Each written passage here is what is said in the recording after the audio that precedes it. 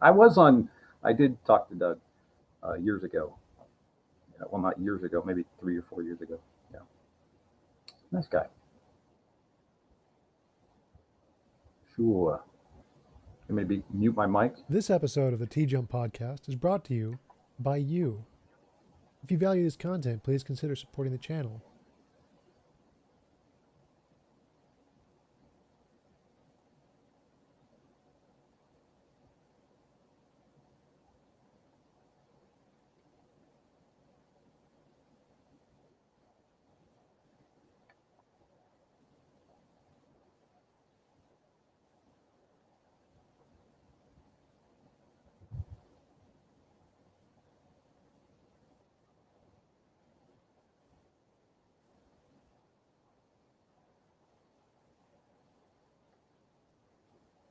Absolutely.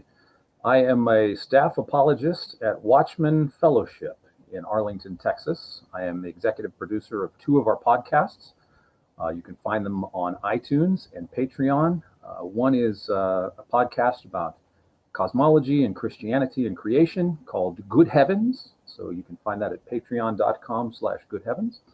And we also produce another podcast, patreon.com/Watchman Fellowship, called the Apologetics Profile Podcast. And we talk about other religions, apologetics topics, worldviews, and things like that. And we produce that once a week. Good Heavens is about 2 to 3 times a month. But I do that. I've been a Christian for 27 years. I am a co-editor of this book, The Story of the Cosmos, How the Heavens Declare the Glory of God, with philosopher Paul Gould. And that came out in July of last year. It's my first book. I have an essay in the beginning. And I have a degree in cultural apologetics from Houston Baptist University.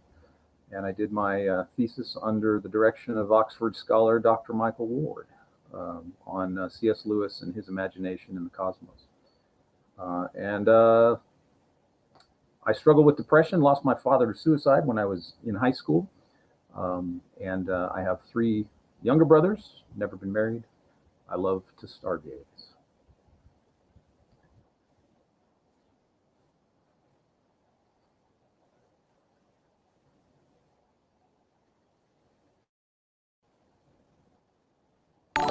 Sure, sure, sure. Briefly, as I said, I'm an adult convert, so I came to Christ. Christ came to me about 27 years ago. And I had no religious upbringing. And in my early 20s, I had 2 convictions kind of come to me rather subtly, like a sunrise, really. One was that Jesus was real, kind of a weird thing. Okay. And the other one was that the Bible was the Word of God. I had no formal uh, indoctrination in Scripture. I didn't know anything about Scripture. I thought Christians were nice, but were a little strange. I didn't know anything about Jesus. I mean, I still think Christians are nice and strange. I'm one of them now. But really, Tom, over the course of about 6 months back in 1992 and 93, these 2 convictions would not. I couldn't. I had to process through them. I don't quite know how they happened, really. So I started reading the Bible, and I keep a journal. I've been keeping a journal for 27 years. I write in it. I read Scripture, and I write in my journal how I think God is speaking to me. And then through about 6 months of that, I was baptized in 1993. And then I didn't know squat about Christianity. Even when I got dunked, I probably knew nothing about it. I didn't know anything about apologetics. I barely understood what Jesus had done for me. I think I was ignorant of a great many things. So it's kind of weird. I started my Christian faith that way. And then I have, over the course of the last 27 years, developed reasons for, better understanding my faith. As St. Augustine said, I want to believe in order to know. And that's kind of what my experience has been. I started with this belief or conviction that Jesus is real, he's the Lord, he's God, and worked that out. What does that mean? If that's true, what's it look like? What should I do? And so the last 27 years have been that process of what theologians call sanctification, being made more and more like Christ, in the image of Christ as I grow in the knowledge of him. So my reasons for believing were those 2 convictions. That's what started me. And then you said you found more reasons as you got older or you researched more into Yes. it? Yeah. So completely ignorant of the Christian faith. I think even after I was baptized, I didn't even know what the Bible really was all about. I didn't know the distinction between sin and grace in the Old and New Testaments. And, I just kind of thought that everything from Genesis to Revelation, like if you're a Christian, you have to do everything in that. But then when I get to like Leviticus, like, what do I do with that? Or Proverbs. One of the things that really started me down the road of investigating this, Tom, was reading the book of Proverbs as a baby Christian. And I'm thinking, as I'm reading Proverbs, I feel like the book of Proverbs, I feel more like the fool in Proverbs than I do the wise person. And I just didn't know what to do with that. I thought all Christians were obviously the wise person in Proverbs, and that here I was, a new Christian, already feeling like, well, I'm not getting this. And what I started to experience, and I didn't know then, was the distinction about the law, the whole theological concept of law versus grace, that we all fall short of the glory of God, which is the law, which is what God gave to Moses. So I started this idea, this concept of the Bible started reading me. I really started feeling foolish and inadequate. And then over the course of years, I began to realize and understand. I went to seminary for a year. I got two degrees, and um, just how what I would call epistemic humility. Jesus developing in me this sense of epistemic humility. And what I mean by that is just being cognizant of my own sinful nature in need of Christ. Uh, just sort of, I wanted to know. I wanted to be able to give a defense, as 1 Peter 3:15 says. Um, but I wanted to know, but yet, a lot of that knowledge puffs up. I've been a very judgmental, egotistical person at times in my Christian faith. But as God has revealed Himself more and more to me over time, I feel like the older I get and the more I know, the less I actually know. So over time and experience through hardship and suffering, and through the forge of depression, God has even taught me how to rely on Him and to give a soft answer, and to share people why I believe. Yeah, so I mean, I don't see any problem with that so far. It's mostly just personal experience, and I definitely agree with you that as we get older, we realize more about what we don't know. The more we know, the more we realize we don't know. The Dunning-Kruger kind of a Yeah, thing. But yeah. yeah, I totally agree there. But how did that, or what is there any evidence or arguments that actually lead you to the belief of a God, or was it just your experience or your feelings that got you there?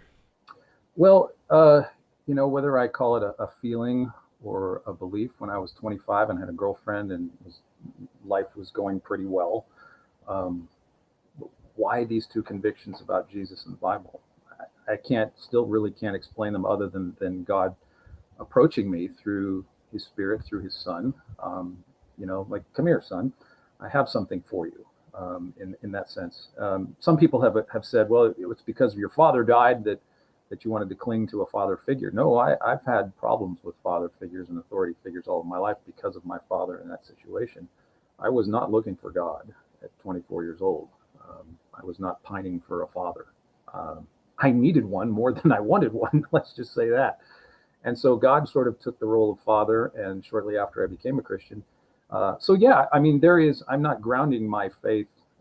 I'm not saying it's true because I've had this personal experience. It's true independently of me or not, whether or not my experience attests to it.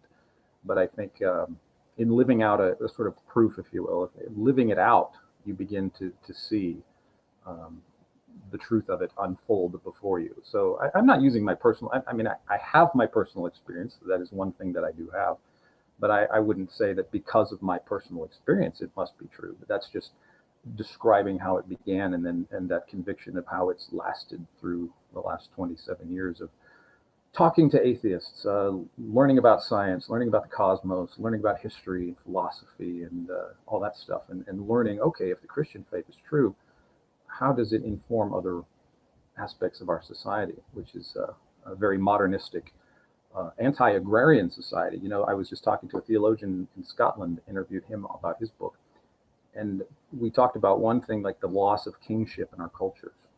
As you know, Tom, that in the UK, the Queen is just sort of like a figurehead. Not She didn't have the authority of what she once did. So and in the United States, how did we start off? We started off with to heck with you, King, right? We just no more. So we have a problem right off the bat culturally of trying to imagine, Jesus or God as a king. That's problematic. The other problem is that we are not an agrarian society anymore. We can go to the grocery store at any time of year, any time of day, and get an apple if we want to, or a grapefruit, or a banana. We've lost the sense of what it means to be to know the world through the eyes of a farmer.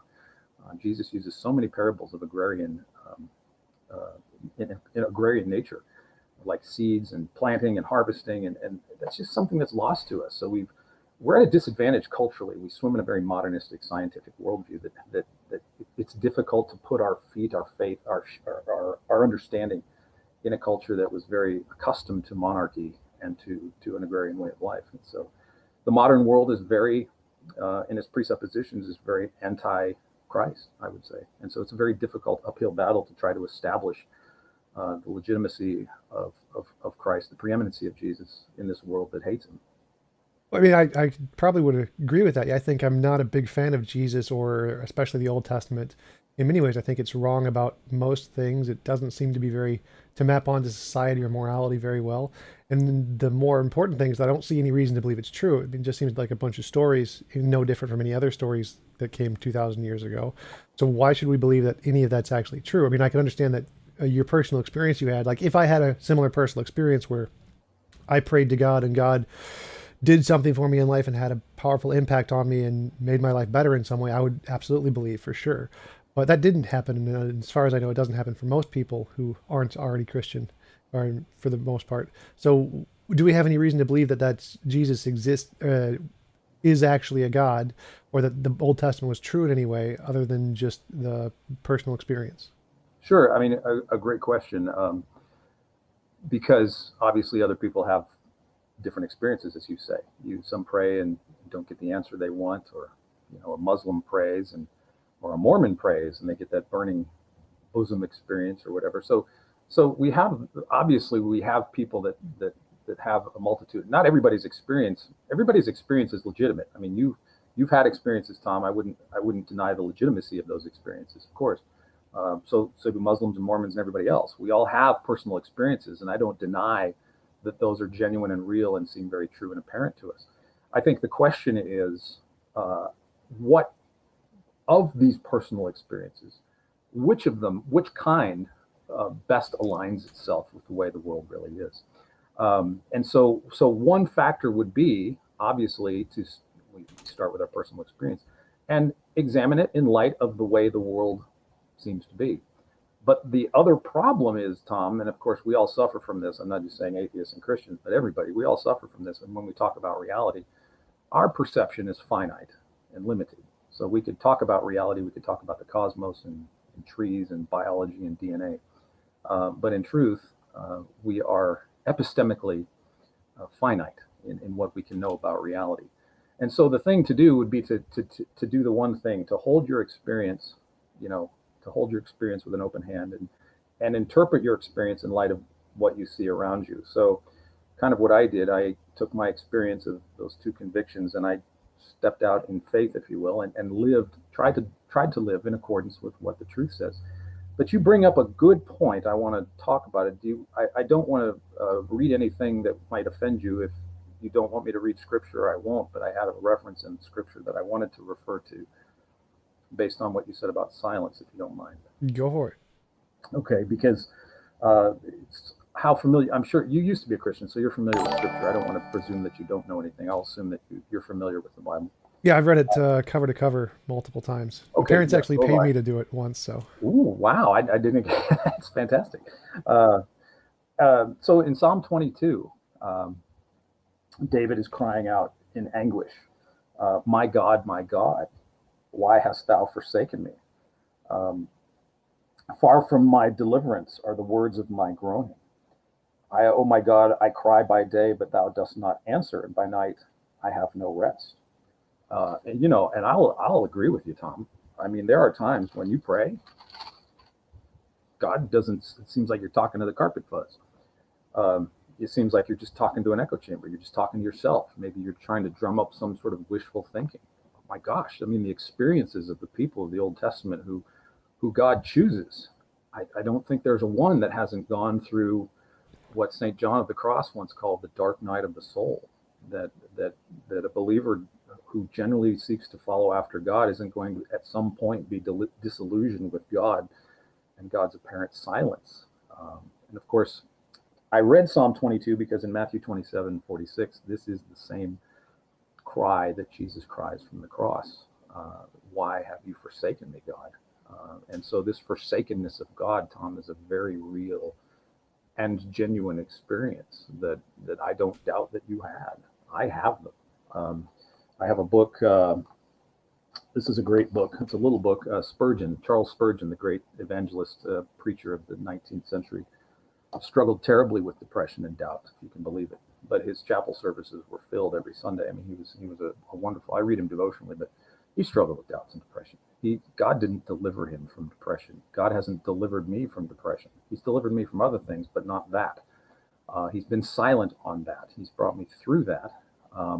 But in that silence, Tom, it's interesting because one thing I've learned, if I'm claiming, me personally, I say, God, you're silent, God, I don't hear you. What am I assuming? I'm assuming that when God speaks, I recognize his voice. And the truth is, Tom, when he does speak, sometimes I don't want to hear it because it goes right here. And so I pretend, maybe sometimes I do this, I pretend I don't hear it because he's not answering my prayers in accordance with the way I've been petitioning him. But maybe his answer is right here and I don't want to hear it. And that's me personally as a Christian. I don't want to pick up my cross. I don't want to deny myself, and so sometimes that silence is genuine. Sometimes you're genuinely forsaken by God. Sometimes God generally does not answer you. But being able to interpret God's silence, I think, is also the flip side of that, is being able to understand when he does and answer prayer or when he does speak. And that's kind of what I've come to the conclusion about. But yeah, I would actually agree with you there. But my question would be is like, how do we tell the difference between, like you said, the times when he's forsaken us and silent and the times he actually answers? Because for me, as an atheist perspective, it all seems just like imaginary. This just seems to be like things, psychological pinnings that people are attributing to what happens in the world by pure chance. They happen to feel better, or the placebo effect. You pray to someone who you think is going to help, kind of like talking to someone when you're depressed who you think is going to help. And it gives you those feelings. But as far as I can tell, there's nothing that actually gives us a reason to believe those are more than just imaginary, other than just our feelings, which are also imaginary. Well, and I think it's a good point because you're dealing with the realm of personal experience, and there's certainly in psychology and medicine, as you know, the placebo effect. You just gave me a sugar pill, but wow, I feel great. But the doc's going, that didn't do anything. You're the test group over here that got the placebo, but you're like, woohoo, medicine. I love medicine, but it wasn't. There was a psychological factor there. So here's the thing with sorrow and feeling. And emotions. You're familiar with the scripture in Isaiah of Isaiah talking about the Messiah being a man of sorrows and one acquainted with our grief. And then the shortest verse in the Bible, do you know what that is? Do you remember? Nope. John 11:35. You know what it said? Mm-mm. You know what's going on there? So Jesus wept. That's the shortest verse in the Bible. And do you know why he's weeping there? Do you know what's going on in John 11? He's about to raise Lazarus from the dead. His sister, his family's there. Jesus loved Lazarus. But the creator of the universe, who has this power to raise people from the dead, is weeping with the family of the one who they just lost. Jesus loved Lazarus. So I think for me, Tom, I think to understand sorrow and sadness is for me the rehabilitating hope that I have is that the God of the universe was intimately acquainted with my sorrow as a man, as someone like me, and intimately acquainted with the sorrows of other people. And that has basically saved me from suicide. It hasn't cured depression, but I went through, I almost did it about 20 years ago. And God's love intervened in that. Now, as we've been talking, that suicide and sorrow and depression are very serious things. About 40,000 people a year in the United States take their own lives. That's enough to fill Wrigley Field, capacity crowd at Wrigley Field. So there's something tragically wrong with the human condition, Tom. I think we would agree despite all the technological advances in science and medicine, that we are still wrestling with this idea of human sorrow. So what's going on for me is that I give my sorrows to Christ, who has borne them, and I attest. Now, again, this is just personal experience, but it's what I have. I attest to the fact that the Lord of the universe has spared me. He didn't spare my father, and I don't know why, but he has spared me um, through the hope that has come from His Word, and through fellowship, and through trying to live the Christian life, though I don't do it perfectly. It has given me a reason for continued hope when all is silent or dark. And I think if that weren't true, I think I'm not saying that my personal experience makes it true, but I'm saying I don't take medicine for depression. I pray and have other people pray for me, and I read scripture, and I do things that I try to glorify God, and through that I find relief from despair. That seems to transcend emotions, because if it was just emotions, I should have probably gone back and been tempted by suicide again. But there seems to be a fence there that I can't, though I can't see it, I know it's there, and it doesn't permit me to go over the edge. Well, from my So perspective, that seems to happen quite a lot in society for lots of different things. There's lots of things people can latch onto that stop them from being suicidal or depressed in yeah, some capacity. Like, for example, sure, one is uh, high functioning autism has this condition called a special interest, where they have one thing that means everything in the world to them. And if they have that one thing, they're perfectly fine. They're happy as can yeah, be. Nothing bothers them. If they don't have that thing, they're severely depressed, and nothing can change that. So sure, and there are other cases where people find hobbies that they really enjoy and that they distract them from life. And then there's a thing in psychology where they say pick up a hobby like pottery or something as a way to distract yourself, and that yeah, works in the same way. So that feature of life of having an idea or a hobby or something you can focus on to stop you from being depressed is a well-known thing in psychology that seems to be very emotional.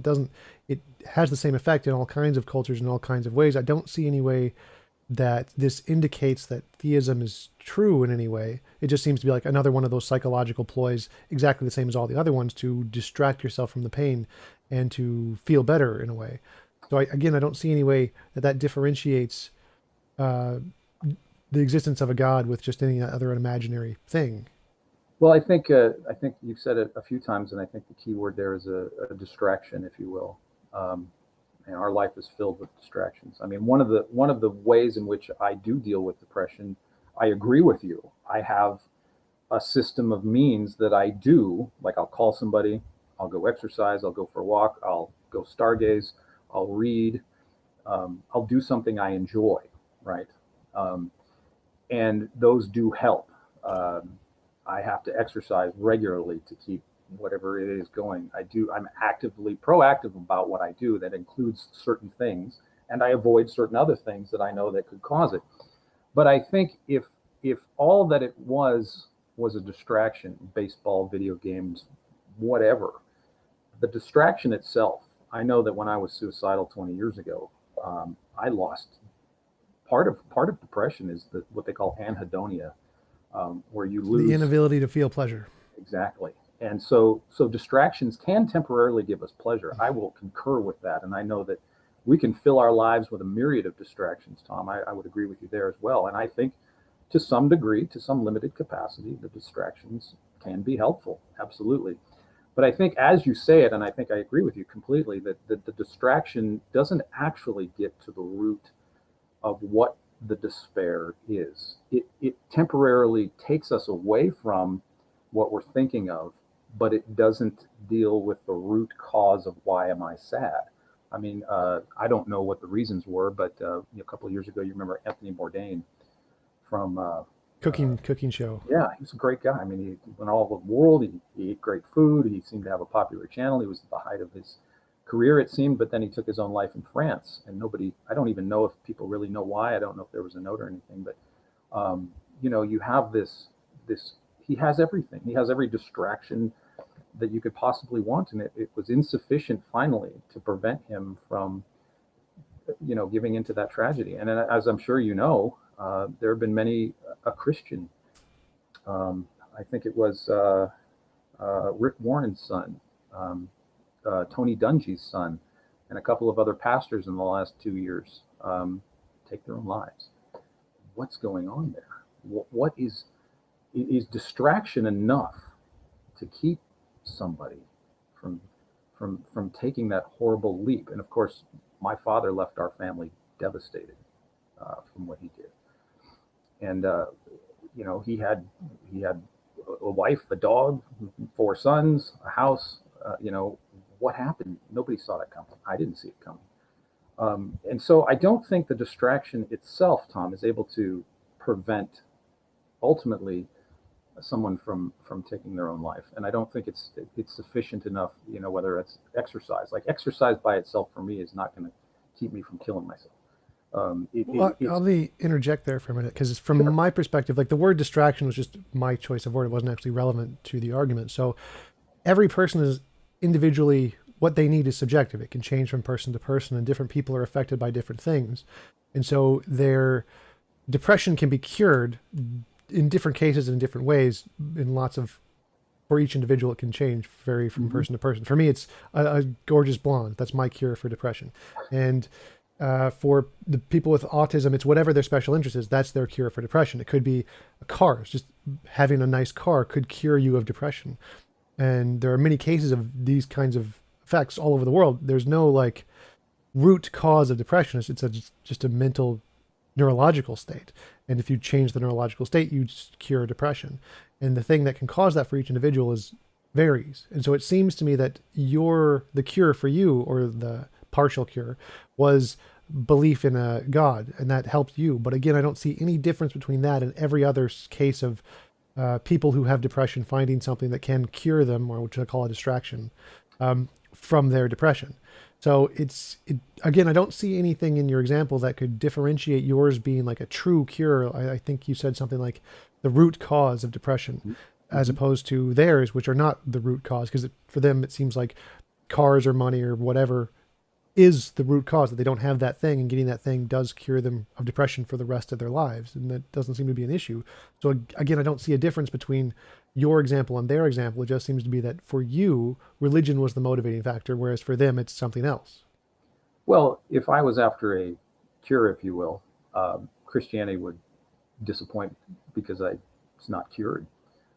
It's prevented me from taking my own life, but it hasn't removed the sorrow that accompanies depression, whether it's chemical or spiritual or moral, whatever. Right. I didn't mean like the cure. The cure word is, again, just like the distraction word. Those don't matter to the argument. The argument is, so you've had some effect. There's some change that's happened because of your belief in religion, and that same change occurs everywhere in society for anything we can imagine: cars, money, sex, power, books, music. Everything can cause that change. So I don't see any difference between your experience and the experience of everyone else as known in psychology, because again, they're all just psychological states that we are pretty familiar with and how they work in the brain.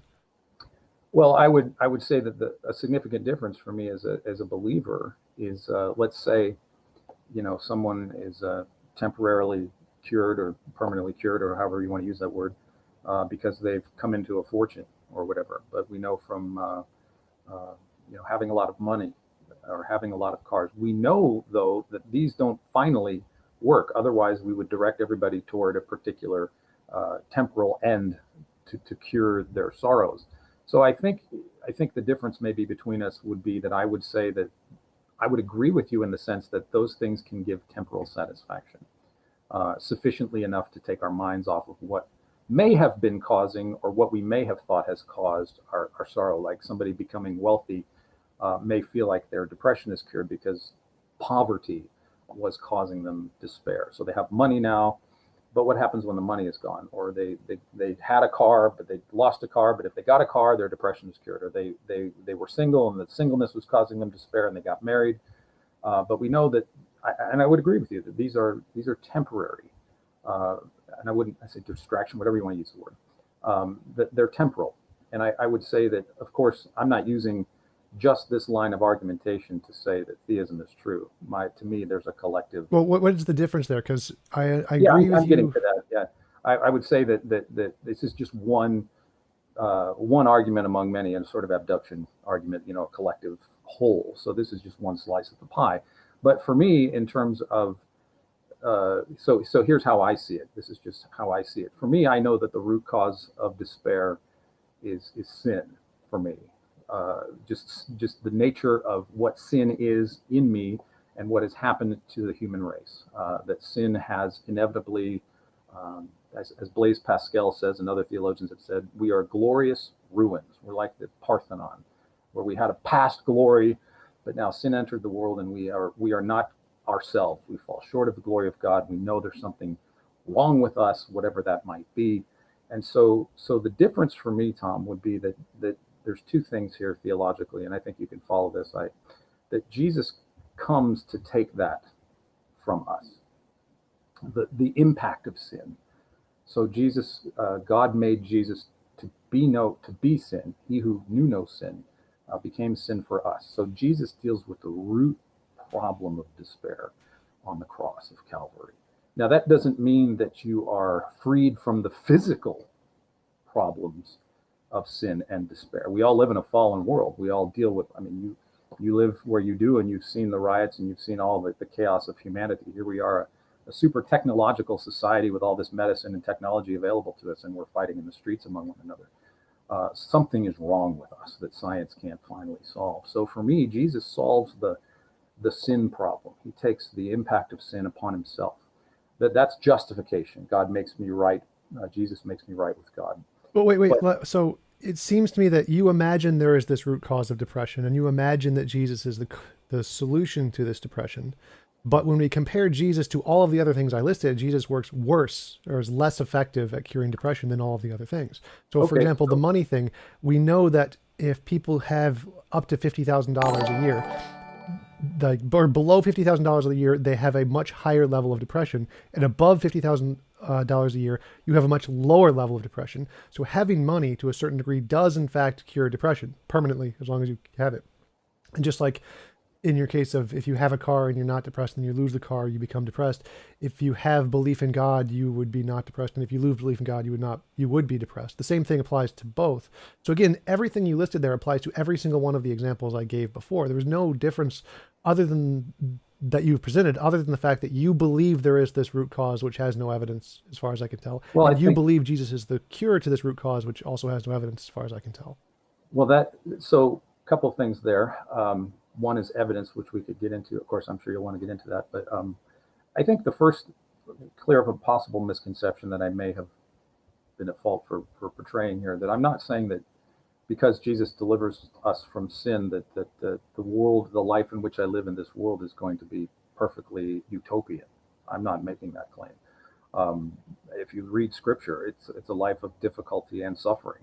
That part of the fundamental hallmark of the Christian faith is perseverance through suffering.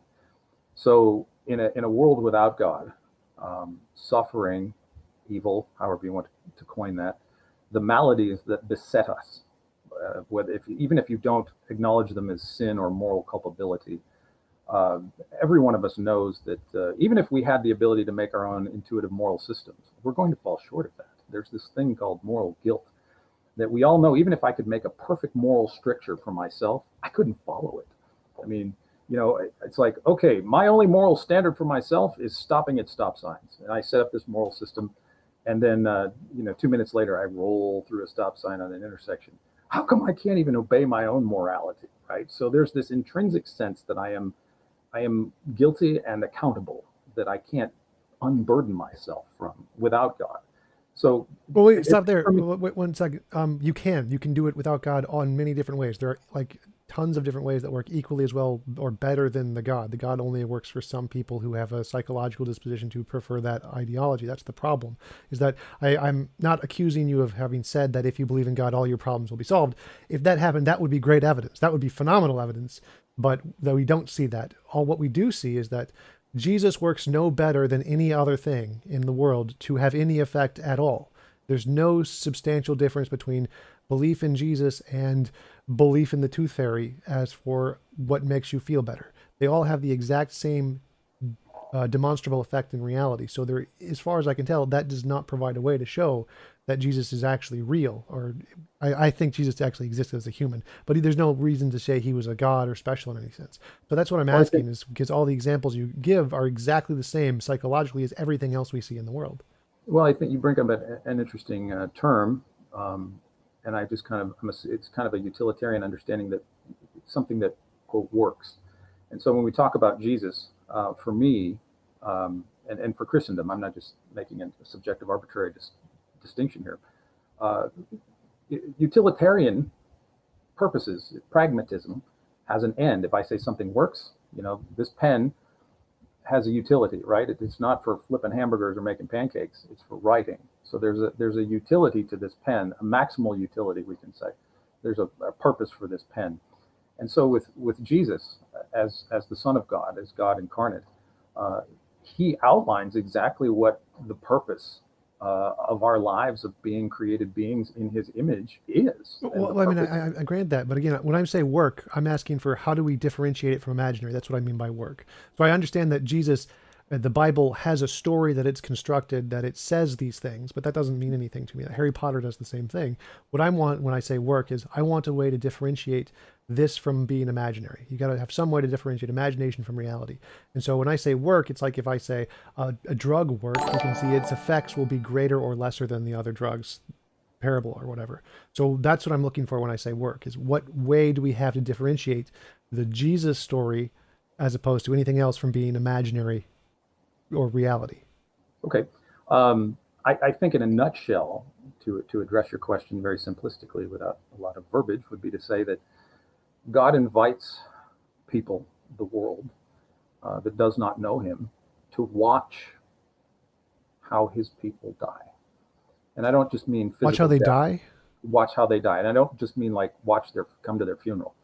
I mean, the kind of, so Jesus in John 17, he's praying that his people, that the people that believe in him would be one, unified in one body, that their love for one another would be exemplified to the world. So I'll give you a very practical example of something that just happened to me. And this is just one example. I'm not saying this is ironclad proof of anything, but I think it answers your question, at least in one sense. So the answer really is watch how God's people die, to themselves, to the world. Watch how they live, Tom. You have every right to question what I believe if I'm not living in accordance with what I'm telling you. I don't live the Christian faith perfectly. I'm just a guy. But I don't claim to be living the Christian life perfectly. But a year and a half ago, uh, I believe God led me to give a car, my only car, to a family in need.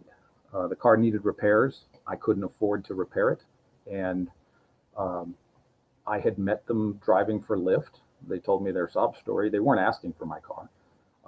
I asked them. I stayed in touch with them, and I told them I'd be happy to give them my car if they had the money to fix it. It could be theirs, and they could take it. Now, I didn't have another car. It didn't make any sense to me, and I lost a few friends over that decision. That was a year and a half ago. 2 weeks ago, I heard from the family after a year and a half, and they didn't have to get a hold of me. I put no strings. There was no strings attached to the bargain. They bought a used car for me. They already had a car picked out, and they wanted to know if I wanted one, if I still needed a car. And I use that as an example to show that's how the body of Christ works. They were Christians. We both trusted that God was doing something. And this is just but one example of how I've seen God over and over work through practical means. When I step out in faith to do something, yes, faith. Without faith, it is impossible to please God. But I don't see that faith is a belief without evidence. I think faith is an active trust in the evidence that we have. Okay, here's the cosmos or something, or whatever evidence you want to offer. Act in accordance with that. Okay, if you believe by faith, that God is, then do this. And so it's in those steps, of those practical steps, Tom. It's not just an intellectual exercise. It's like, okay, I believe this. What does that look like walked out? And so what I said earlier about watching how God's people die, we die to ourselves. I knew those people needed that car. I knew God wanted me to give them that car. I didn't know what that would entail for me. It was kind of a mini death. I went a year and a half without a car of my own. And it was kind of a mini death. And it was a lot of difficulty and wondering if I did the right thing. I lost a few friends over that. But in the end, it seemed to have worked out to the glory of God. I mean, neither of us were millionaires. It's not like they bought me a new car or something, but we're both providing each other's needs, dying to ourselves, and exalting God and trusting in God. And so that's just one practical way. You just kind of walk out what you believe, and that's the best I could say to you. If you want to see practical evidence, just watch how genuine Christians try to love each other and love people that don't believe. I think that's one thing. Well, I mean, I see when I compare that to other societies like Sweden, Norway, Denmark, all the Japan, all the atheistic societies where there's majority non-religious people, they do the same things. Like actually charity is better in non-religious societies. Um, and giving is better in non-religious societies. There is less poverty in non-religious societies. There's better education in non-religious societies. All of those things, and when we look at the non-religious societies, they do all the same thing and have the same results without belief in a God. Like there's nothing. The belief in God doesn't do anything there. It's just a post hoc or ad hoc justification for why it succeeded. When really it succeeds equally or better everywhere else. It doesn't change anything. The belief in God is just a motivation kind of a thing, which is this people have a different motivation in other societies, and we know that's a part of evolution. We know that societies that are cooperative and help each other survive better than societies that are selfish and self-centered. And so the fact that there are societies that help each other out and give each other cars or food or help with charity and poverty is a part of evolution. We know that happens. We know why that works. And the faith thing doesn't seem to add anything. Again, it's the exact same as all the non-faith societies. So that doesn't seem to give us a way to differentiate the Jesus example from all the other imaginary examples. So you said you have to use the evidence and live in accordance with how we see the evidence. But as far as I can tell, you haven't presented any evidence. You just said, here are my justifications and feelings about how I imagine these things, like the effects on depression and helping societies work. But we know the same effects on depression and the same effects on helping societies exist in every culture all over the world, and actually more so in less religious societies, more secular societies. So again, I don't see that as evidence at all for God existing. Well, I think a couple of thoughts come to mind. There's a lot to address there, and if I ramble, Tom, just stop me. If I'm not answering your question, just stop me, because I ramble. So I'll try to address your questions as best I can. So number one, I think C.S. Lewis did this years ago. I'm not claiming anything novel here. In I think it's Mere Christianity. Oh no, The Abolition of Man. At the end of the book, he comes to what he calls the Tao, where he surveys ancient and contemporary cultures, the mores, the religious strictures, the moral strictures that every culture has shared over the years. So I think the interesting question here is, given the universality of things like compassion, charity is from the Greek word charis or charis, which means grace. So you have the universality of this in justice. We all desire justice. If you've wronged me, there's a wrong, it needs to be righted. This idea of justice, this idea of compassion, this idea of helping the poor, this idea of giving to people that are in need, this idea of considering others better than yourself, even the edict from Jesus to love your enemies or to respect your elders.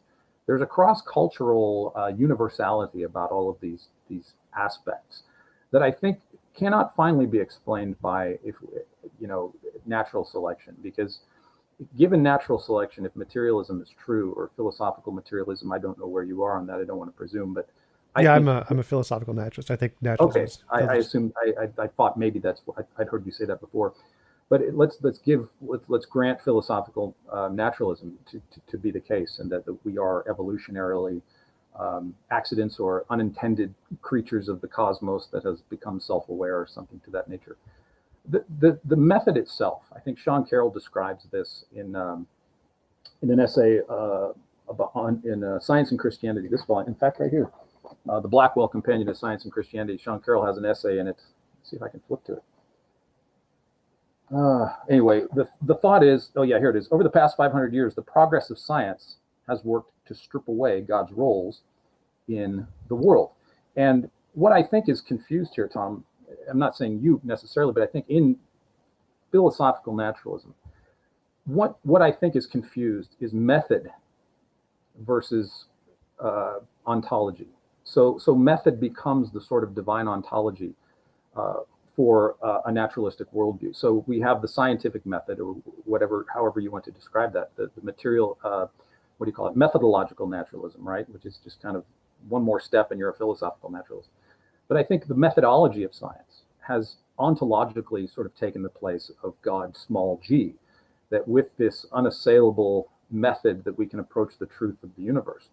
But if you look at the pronouncements in the last 100 years, if you want to go back to Einstein, about the cosmos, what do you see in the science popularizers today, especially maybe since Carl Sagan in the 80s? You see this repeated mantra that we are cosmically insignificant. I'm sure you've heard that. Sagan has said that. He said that we are an inconsequential film we are a thin film on an inconsequential lump of rock and metal. Sean Carroll says the universe is just a brute fact, and maybe we have doppelgangers out there in the Everett's many worlds. What was it, Bertrand Russell, that said we are an accidental collocation of atoms. And so we have this. Richard Dawkins too, which yeah, Richard Dawkins, right? We just dance to the music of DNA. There's no right or wrong. This is the universe we would expect if it's all blind, purposeless, and causeless. But I think what we're dealing with today in society, Tom, is people feeling a tremendous burden of being told repeatedly by science that they are. Carroll says in his Big Picture, the book Big Picture, he says we are organized blobs of mud. So this is just, I think, just the sort of just a sampling of examples of how we're repeatedly being told by science that we are cosmically insignificant. We're mud. If you take the physics to its absolute end, down to the quark or whatever other subatomic particles are beyond the quark, what are we, Tom? Mud that is mostly empty space. What are the moral, philosophical, ethical implications of being an accidental blob of mud that is mostly empty space? People are going to interpret that one way or another. And I think a lot of people take that, Albert Camus, Jean-Paul Sartre, that suicide becomes the respectable alternative in such a world. It was the late apologist Francis Schaeffer that said... I don't think I'm not sure if I'm following your argument here. So science, you're right, is a method. It's not an ontology. So it doesn't tell us anything about the ontology of the world. It's just a way that we can differentiate real things from imaginary things. Yeah, you just said it. A method cannot determine the quality or kind of ontology that we experience in the world. I would agree. Right, and scientists agree with that. Scientists aren't saying we can. So all science does is it gives us, if we have a thing and we want to know if this thing is real or imaginary, we have to use some methodology to test, is this real or imaginary? And that's all science does. So the reason all of those scientists are saying that the universe is blind, pitiless indifference is because we have no method that can show that purpose is a real thing and not an imaginary thing, which means that we are reasonable to conclude there is no such thing as purpose or reason or purpose or meaning in the universe outside of our imagination. Now, as a philosopher, I think that we can find purpose and meaning purely as abstract objects like math and logic, so we don't need it to exist in the world, and then we can have it without that. So I mean, I believe, I'm a moral realist, so I believe there is objective morality and purpose and meaning, but it doesn't come from like a law of nature that exists independently of us in the universe, and that's totally fine. So the fact that science shows we don't have a way to differentiate these things from imaginary just means they're probably imaginary, and that's not a problem. So I don't know why, like, the fact that if our meaning and purpose came from a God or whatever, you would still need some way to show that that's a real thing and not an imaginary thing. And science can't do that. Science shows it's probably imaginary. So what is your method to show that the meaning and purpose given from a God, other than the fact that it asserts we have that in the Bible, is actually real and not just imaginary? Okay, I think I'm following you. Again, stop me if I'm not. I think, again, going back to a couple of, I have personal experiences as evidence of it. You would expect if God of the Bible is personal as we claim, that it would be personal to me. It wouldn't just be something that happened to me 27 years ago, that there would be day-to-day evidences of God speaking and working in my life. So I have that. I mean, I think that is, to me, epistemically, that would count as evidence. Now, it might not be. You're absolutely right. So, like, for example, if just to use a ridiculous example I can come up with, if I prayed to a God, like, God, give me a gold brick, and a gold brick appears in front of me, and tomorrow I pray to God, God, give me a gold brick, and a gold brick appears in front of me, that would be great evidence of a God. So yeah, if there is a God who is a personal relationship, who does act in your life and answers prayers, and you can interact with on a regular basis, that would be evidence on a personal basis. Now, I can't demonstrate it to anybody else because they're not going to see the gold brick. So personal experience is always first person. It would only apply to evidence for you. It wouldn't apply for evidence for anybody else. No one else could actually use this as evidence. So when we want evidence, it needs to be something anyone can use. So the fact that you have a personal experience with God on a daily basis could count as evidence for you, but it wouldn't for me. And the fact that I have a personal experience where there isn't one would mean evidence for me that there isn't a God. So personal experience is a terrible basis of evidence to try and show that God isn't imaginary, because it would only work for you in the first place. It doesn't matter what kind of personal experience you could tell me about. You could tell me that God literally did create gold bricks for you every day. I mean, I couldn't verify that, so it would be terrible evidence for me. So No, I get you. I understand what you're saying. That experience is subjective. I mean, I'm not denying that. I'm not saying that my personal experiences are objective, empirical proofs of God's existence. That would be silly. I don't claim to do that at all. Excuse me. If you don't mind, I had an idea come as you were speaking. I want to read from a couple of my favorite theologians. This might surprise you, but Sure. I say this to myself. I'm not putting you down by this. So please don't think I'm making fun of you or anything, because I'm not. This is me. A couple of my favorite theologians are Frog and Toad. You ever read Frog and Toad? I don't think so. Not. You never read Frog and Toad? This is so. this is my elementary school. They're great. They're little, first, second grade readers. But I used to teach, just background, I used to teach elementary school. Kids love this book. I would read to them, and I would do voices, and it was a lot of fun. But I found Arnold Lobel was Jewish, the man who wrote Frog and Toad. And there's a lot of Jewish midrash in there. There's a lot of Jewish wisdom in these books. And so I call Frog and Toad my Old Testament theologians, and I think they are. But I say this to myself to answer your question. I am going to answer. This is not a sidetrack. But there's a story in this book called The Garden, where Frog is kind of the wise sage rabbi, and Toad's kind of the guy that learns trial by fire. Frog has a garden. Toad sees the garden. Toad is envious of the garden, and Toad wants to have a garden, right? And so Frog says, "Well, you take some seeds, Toad, and you plant them, and you'll grow, and you'll have a garden." And so Toad is frustrated. He wants the seeds to grow immediately. So Toad obviously doesn't understand how seeds work, right? And he starts yelling at his seeds. Now seeds start growing. Toad looked at the ground again. The seeds did not start to grow. He yells at the seeds. Frog hears him yelling at the seeds. He's like, "What are you shouting at your seeds for?" Right? And Frog tells him to leave him alone. But then Toad goes back and he reads him stories by candlelight. He sings them songs and all this stuff. He does all this work. Of course, that has nothing to do with agrarian farming. And then Toad falls asleep. And days later, what happens? There are seeds. So I'm kind of like Toad, Tom.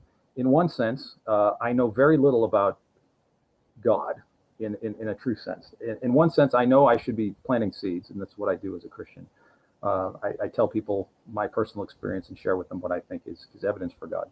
But then sometimes in my early walk, Tom, I shout at people. I yell at people. I do embarrassing things. I try to force people to see my arguments. And if you're not persuaded by my arguments, you've seen this a lot. People get frustrated, right? People get angry with you when you're not persuaded. People see. And so me, I start yelling at my seeds. I start shouting. I start singing songs. I start doing all this stuff. And then finally, what happens? I fall asleep. And God does the work. It's what the Apostle Paul says, that I plant, somebody waters, Paul waters, somebody plants, but God gives the increase. And so the best I can do, Tom, as a finite human being created in the image of God, is plant a seed to give you some food for thought. And if you don't find it, of any evidence, there's nothing I can do to make that seed grow inside of you. My job is to sow and to share.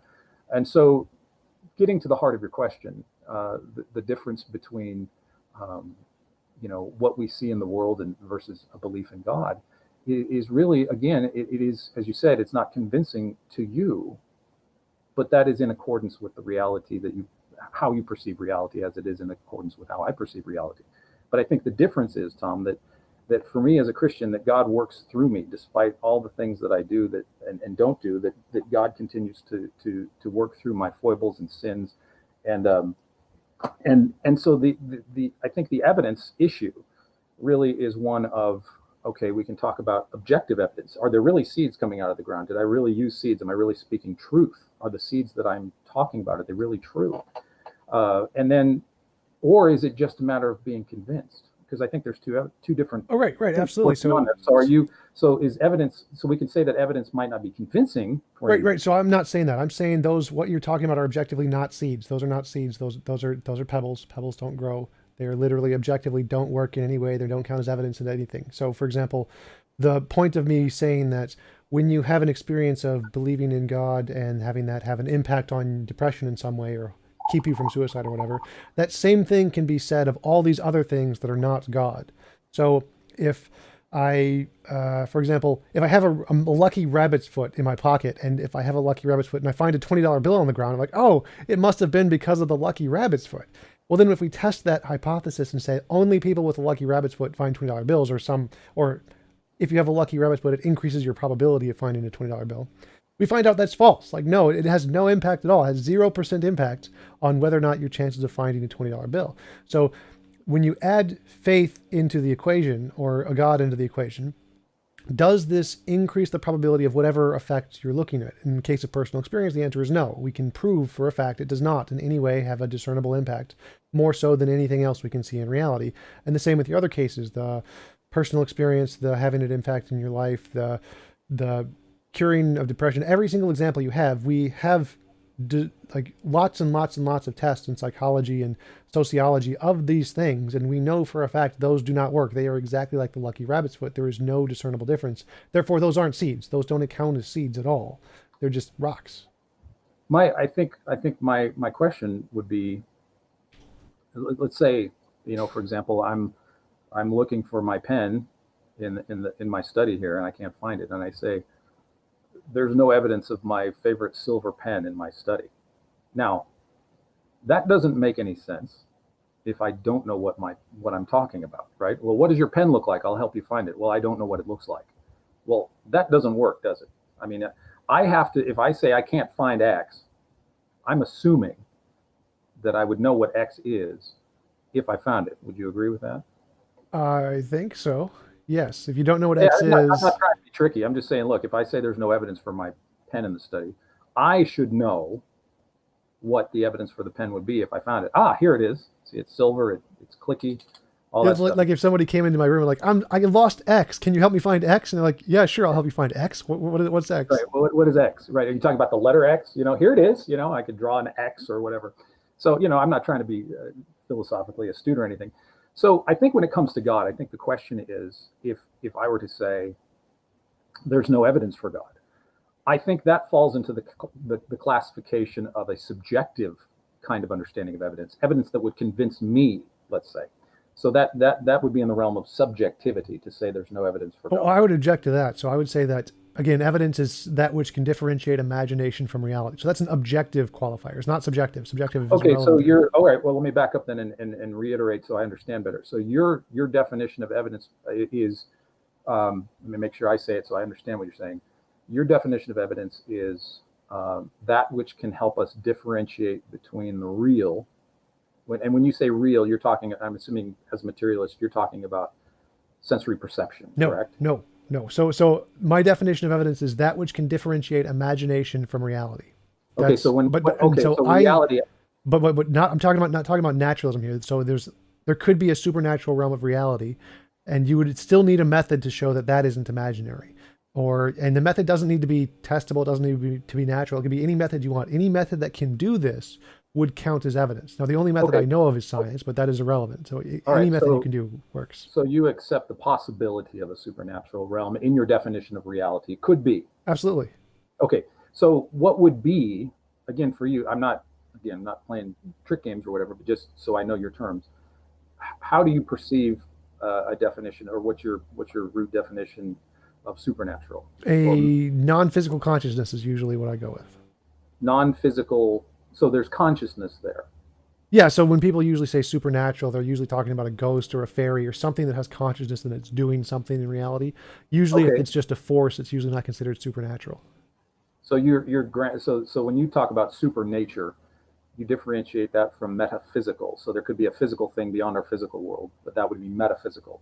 But for you, in order to be supernatural, you don't conflate metaphysics and supernatural. These are two different No, no, distinct terms. metaphysics is just the fundamental properties of the reality. So it could be anything could be metaphysics. Supernatural could be metaphysics, or supernatural could be made of something Yeah. else, Okay. and that something else is metaphysics. Well, some people, intertwine that, and it's kind of a confusing muddle. I just wanted to know what you were thinking. So supernatural for you is something beyond the physical that has Yes, consciousness. essentially.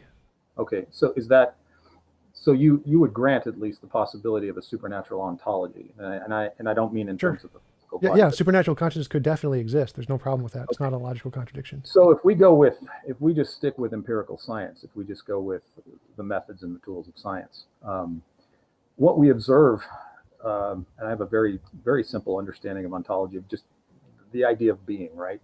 Physical being, grass, trees, rabbits, tomatoes. Well, ontology is the study of what exists. Physical being is just one kind of Yeah, right, existence. right. The existence of something, and so what we see, I think, in terms of biology in the living world, we see being coming from being. I mean, that's just scientific, right? I mean, that's just methodological naturalism. If we stuck to that, What? where does I don't understand that. Being coming from being. I don't understand that at all. right? Well, like seeds again. Like if I plant I think I have a seed here. So if I plant one of these when it has seeds in it, I'm going to get a pine tree, right? From the seed cone comes what? A tree. I'm not going to get tomatoes if I plant this, or corn, or wheat, or if robins mate in the spring, they're going to have baby robins. If cows mate, they're going to have cattle. If dogs mate, et cetera, et cetera. That's what I'm saying, that these beings specifically come from their kind, if you will, or their species. That a dog begets a dog, a sheep begets a sheep, a seed begets a certain kind of fruit. That's all I'm saying. Would you Okay. agree with that? Um, Mostly yes, but then when it comes to quantum mechanics, no, because things can pop into existence, virtual particles and stuff. But I, what, how does that relate to your argument? Because I don't know how that. Well, even if you want to talk about a virtual particle popping into existence, it still has the ontology of a virtual particle. We're not talking about root beer popping into existence. We're talking about some kind of subatomic particle that has the properties that enables it to be inside a quantum vacuum. So you will consistently see virtual particles. You will consistently find virtual particles popping into existence, and not candy canes or rabbits or cardinals. And so there's a nature of that. We might not know what it is, but that doesn't mean we should abandon Leibniz's principle of sufficient reason. We just don't know what the reason is for these particles coming into existence. But what I'm saying is that in the physical scientific world, it's just an unknown on the physical level.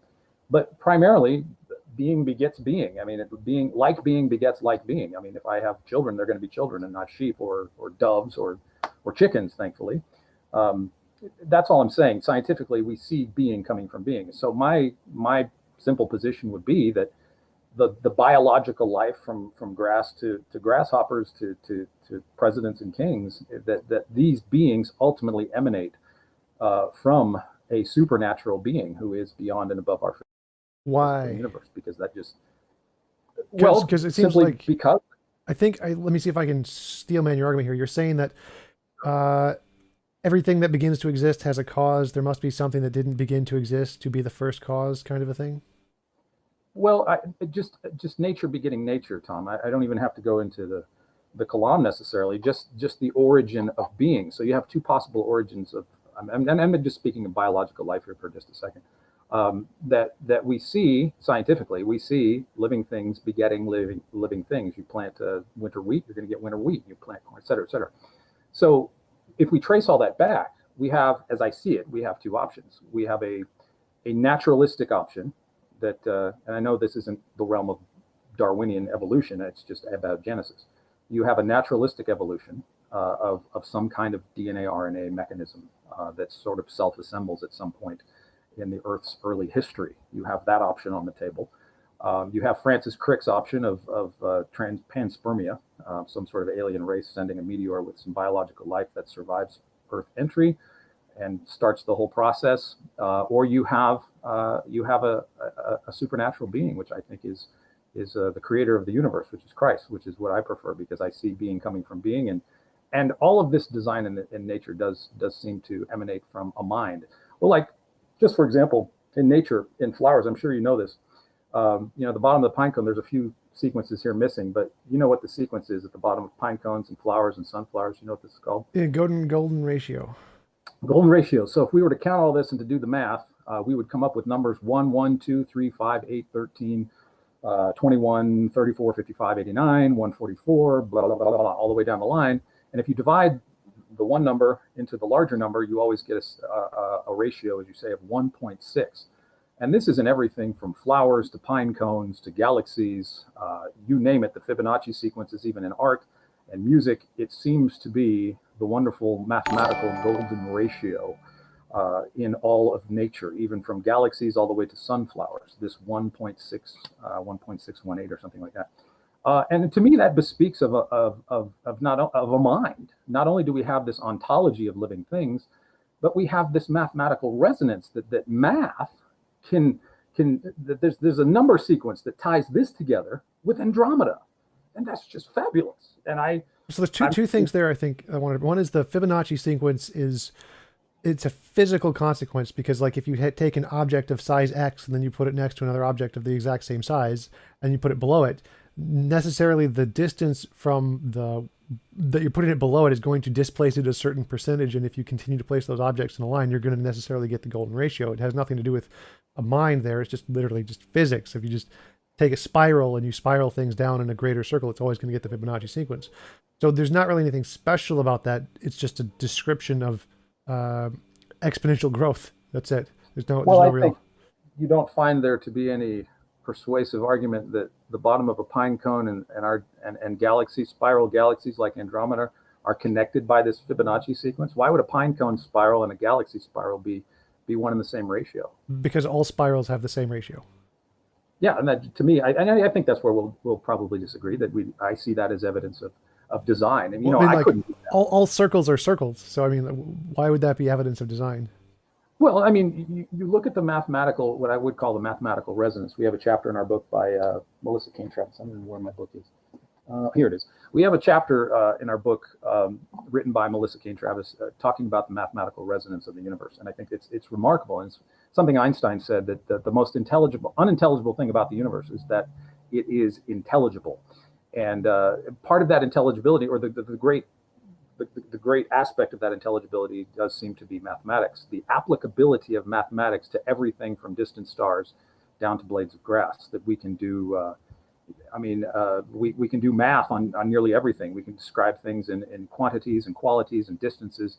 And the little number systems, whether you think we discovered them or created them, that our little counting systems on our fingers have resonance with something 2.5 million light years away, or even further light years away. That this math seems to be, as Galileo said, the language that God used to create the universe. And so I think that the mathematical intelligibility of the cosmos and the created order bespeaks of a mind.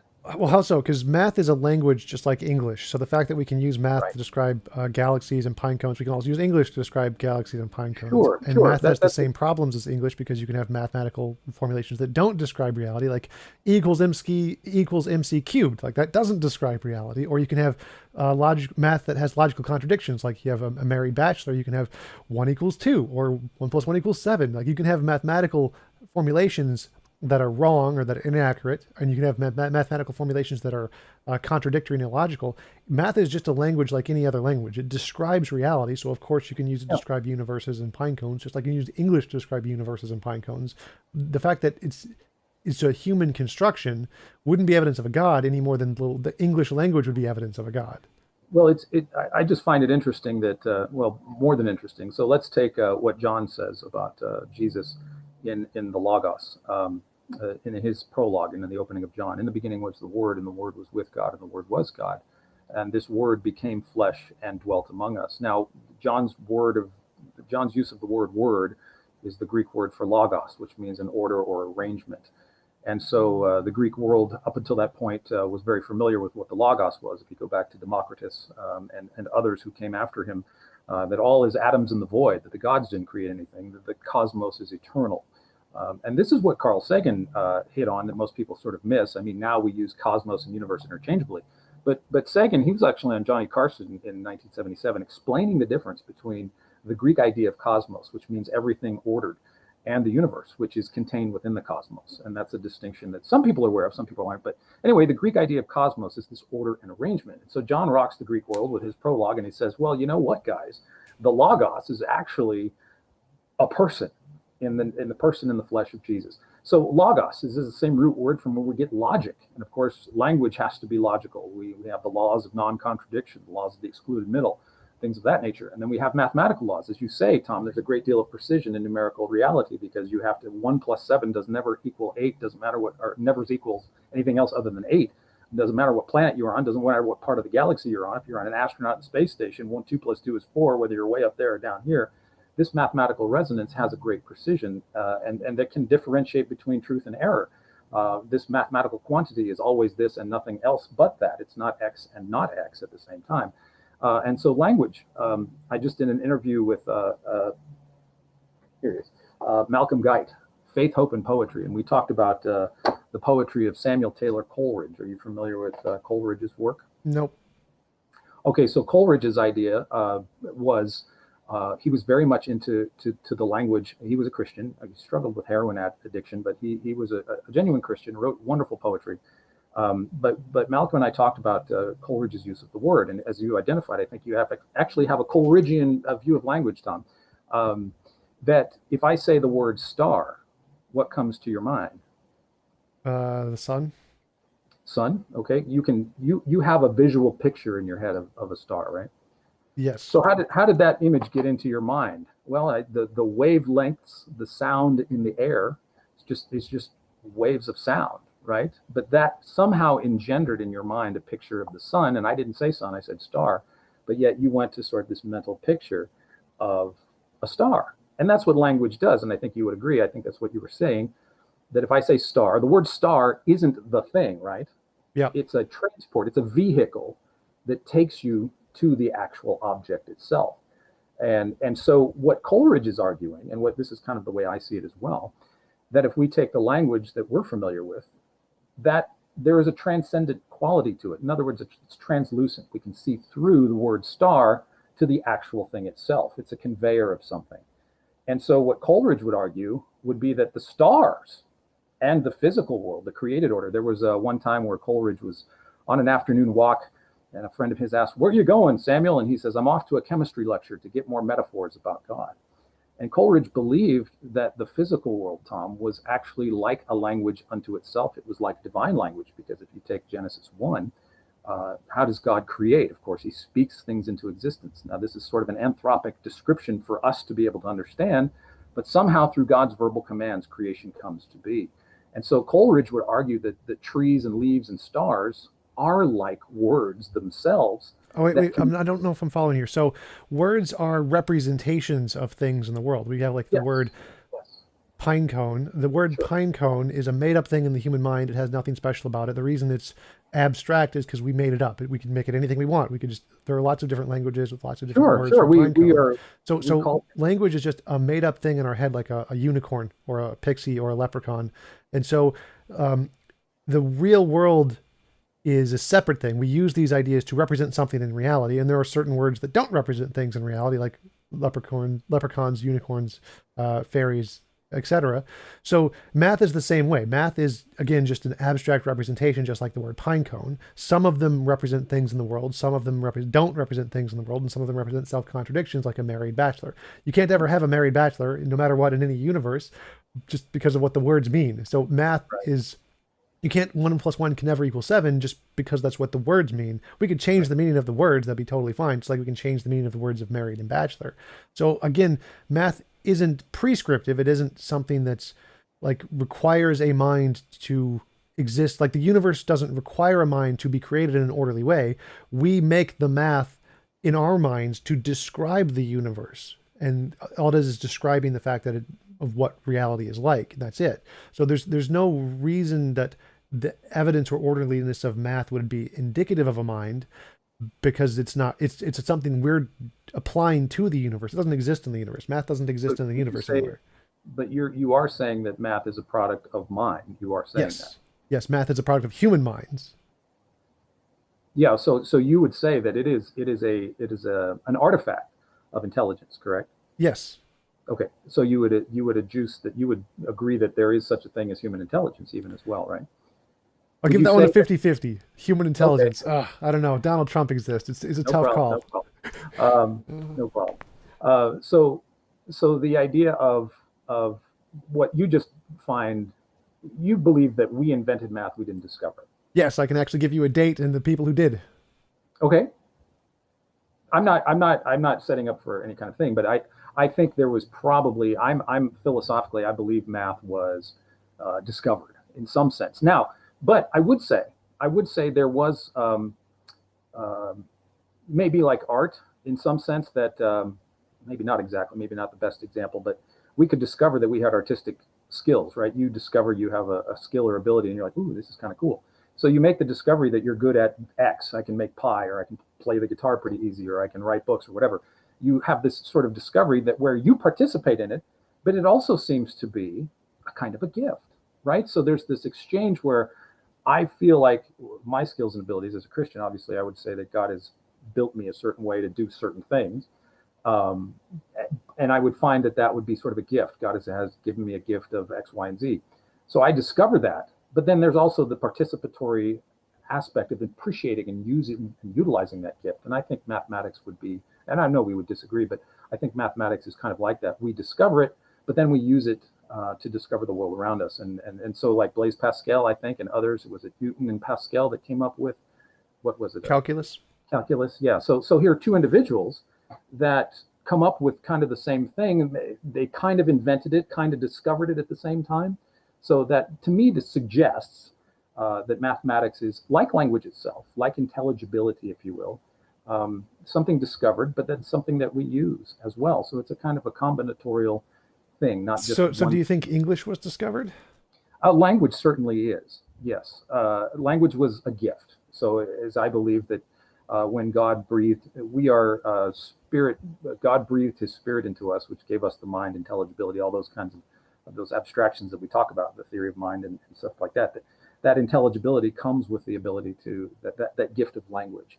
And so we have that as an innate gift that we just, we're like babies, right? They discover, hey, I can say dada and get dad's attention. I can say dar and get, I can talk about a car, or blah, blah, blah, if I mean fish. The baby is learning linguistic things, and he's kind of like, it's kind of fun if I say food and he can smack his table. He learns. He's got this gift of communicating that seems to be able to get him the things that he wants. Yeah, but So English itself, like it didn't exist before humans. English wasn't a thing, right? It's just a made up human construction. right. So I would say it's something like an automobile. That the basic combustion engine, four wheels, four cylinders, whatever. This idea of a horseless carriage is pretty much, you need to have some basics to have a combustion engine four wheel automobile. Now you can have very many designs on top of that, and I think that's kind of what language is. There's an undercarriage, a frame, a basic. You need a combustion engine. You need wheels and brakes and whatnot. But there's a variety of different things. Like there's a variety of different automobiles. But the structure and idea and concept of the automobile is generally underlying that principle. Like morality, I think in some sense that there may be different moralities in different cultures, but the underlying aspect of morality is a thing. Um, and so I think language is a gift, and English just happens to be one variety, like a fruit on a tree, apples and cherries and bananas. They're all fruits, but it's really the same kind of thing So the altogether. logical structure is the thing you're talking about. The Yeah, the logical structure coming from Christ, the Logos, he is the source of that. For me, that's what I believe. Okay, That so logic for me is also just a language. It's again just completely, yeah, totally human made up. There's nothing special about it. There's no special connection. A does not always need to equal A. There's paraconsistent logics where you can have true, false, and both true and false at the same time. There's quantum logics, intuitionist logics.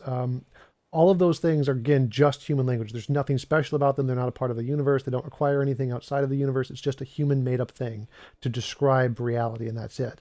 And there's problems with logic. We know logic is again just a human invention because there's problems with it, just like any human language, like Gödel's incompleteness theorem 1 and 2, and the Lewinsky-Skolem theorem. We know that logic is just a flawed human language to describe stuff. That's it, just like English. So those relations that you're talking about aren't transcendental. They're not something that exists outside of a human mind. It's just a human mind making connections and describing things, and that's it. So again, you could just go to the Stanford Encyclopedia of Philosophy, classical logic, very first sentence. Classical logic is a formal language in a system of semantics. That's it. So those connections that you are saying that exist between language are also just human made up connections. They're not actual things. They just describe reality. And so it doesn't seem to me like there's any problem with saying reality is just a natural, eternal, natural thing. And we are just making up these languages to describe reality. And there's nothing special about math or logic or language in any sense. They're just descriptive properties. So the other thing you brought up a while ago was the being from non-being kind of a thing. Like, I see no problem with saying that there is a natural thing that could either exist eternally, like the universe, or there's a natural thing that can exist outside of space-time, like many theists claim a god is, without any consciousness. So either one of those could be explained and are better explanations of the being from non-being, or where did the universe come from, and math and logic and language than a god is. It seems like God is just a God of the gaps kind of a thing, where we don't know how this was created, therefore we're going to say God did it, when we can come up with better solutions that are grounded in things we have evidence for, like reality, without the evidence of a God for those things. Well, I see. I just kind of one thing for clarity. It seems like if language is just a subjective, are you suggesting that language is just a subjective uh, tool for us to describe things? Yes. That's it. There's no ontological reality to the things we're describing, or are there? The things we're describing exist, but the language is purely arbitrary. It's completely subjective. We make up all the things of the language is stuff we made up. We just use the language to describe stuff that exists independently. So how do you escape the dilemma of your language being nothing more than just a description?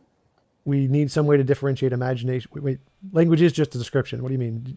So you're telling me that, I mean, you just said so a few minutes ago, the idea that we could describe being from non-being, or something eternal like our universe, or something beyond it that is natural, unconscious. These seem to be also in the realm of verbal description. How do you differentiate that those are genuinely real possibilities and not just something linguistically that you've created for yourself? All right, that's the thing I brought up earlier. We need some way to differentiate imagination from reality. And the way we do that is with science. It's also a human made up concept, science, the scientific methodology, but it works to differentiate real things from imaginary things. For example, if I say, this is a cup, I mean, the word cup is completely imaginary. It doesn't exist anywhere in the universe. You're never going to find the word cup. Same with math and logic. They're just made up things to describe the cup. The cup exists. We can demonstrate the cup exists using science. It's not imaginary, even though all of the things we use to describe it are imaginary. If I was a quantum physicist and I use science to describe the cup, I'm going to come to the conclusion that the cup is mostly empty space. Yep, that's also true. So how do you know that your language, in the way in which you just described language, isn't just a verbal description of things? Language is just a verbal description of things. So Right. the So cup is like a description of mostly empty space with protons and neutrons and electrons. right. So what I'm saying is that these verbal descriptions that you're giving me, how do you know they're ontologically real? The verbal descriptions are just descriptions. They're not ontologically real, but the things So they refer to are ontologically real. right. So you're saying that this cup or that is real, but I'm hearing you say, on the one hand, well, real is just a word.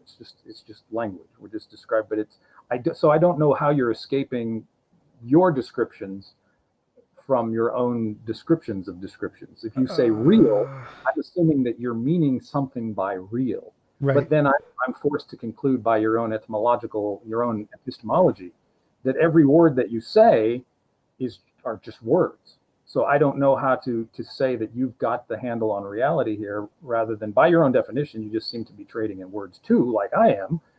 We seem to be stuck epistemologically in being able to transcend our vocabulary in some sense, to be able to, we seem bereft of being able to say that's a real cup. Right. So truth is that which corresponds to reality. So whether the sentence, which is completely made up, whether that sentence accurately describes reality or not. And to know if a sentence accurately describes reality or not, we need some method to differentiate imagination from reality. And the method we use is science, novel testable predictions. Reality is made up, if we go with physical materialism, reality is made up of physical things. And we know from quantum mechanics and modern physics that mostly even solid things like steel is mostly empty space. So Yes. What do we mean by real? The things. So again, real is just the things that are not imaginary. They exist independent of our imagination. The things that exist. Are you imagining a cup?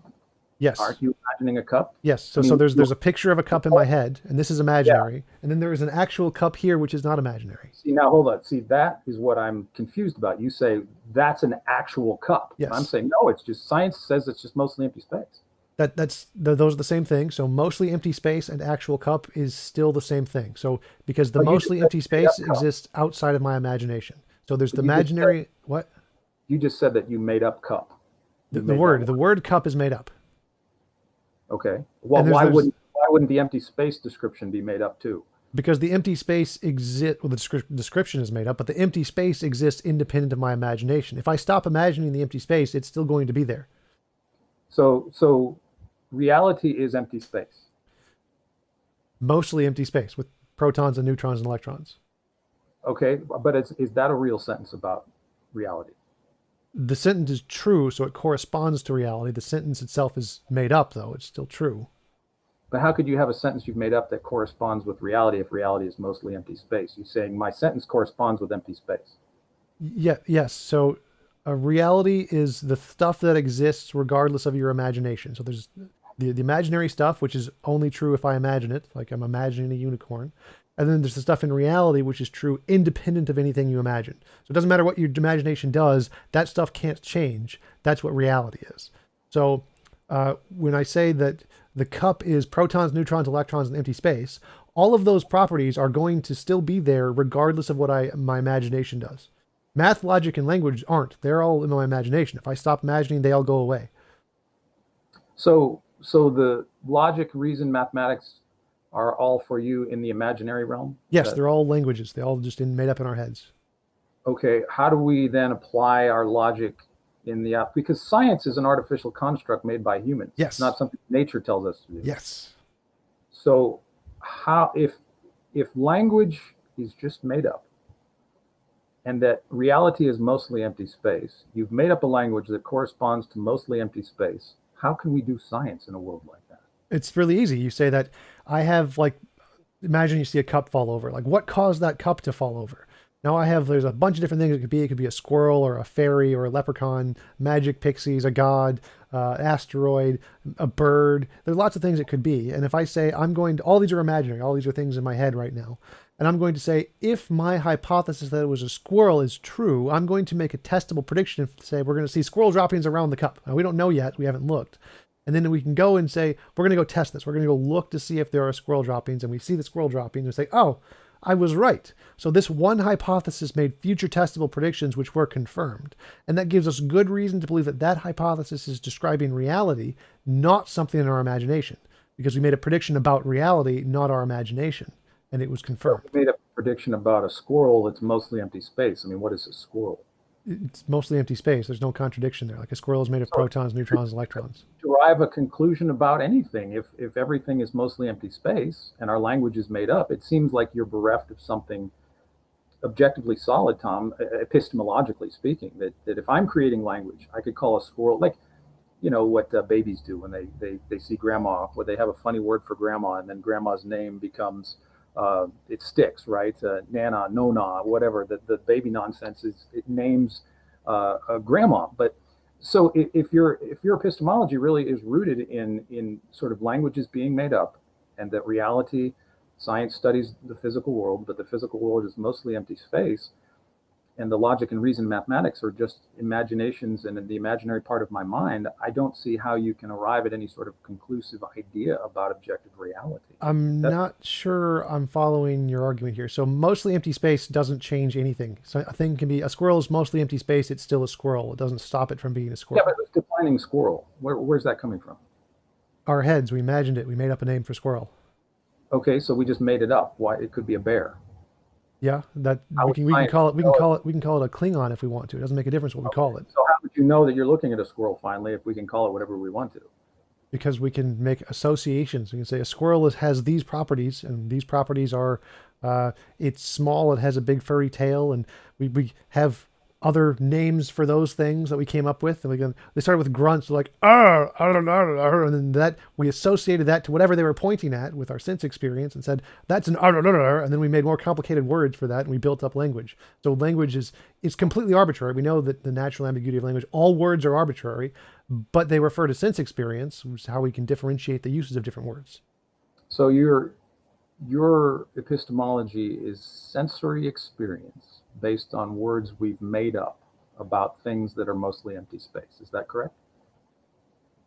Sensory experience is how language was developed to be a specific, how one word, which is arbitrary, was developed to have a specific meaning. It has nothing to do with my epistemology. That's just how language developed. Language developed based off sensory experience.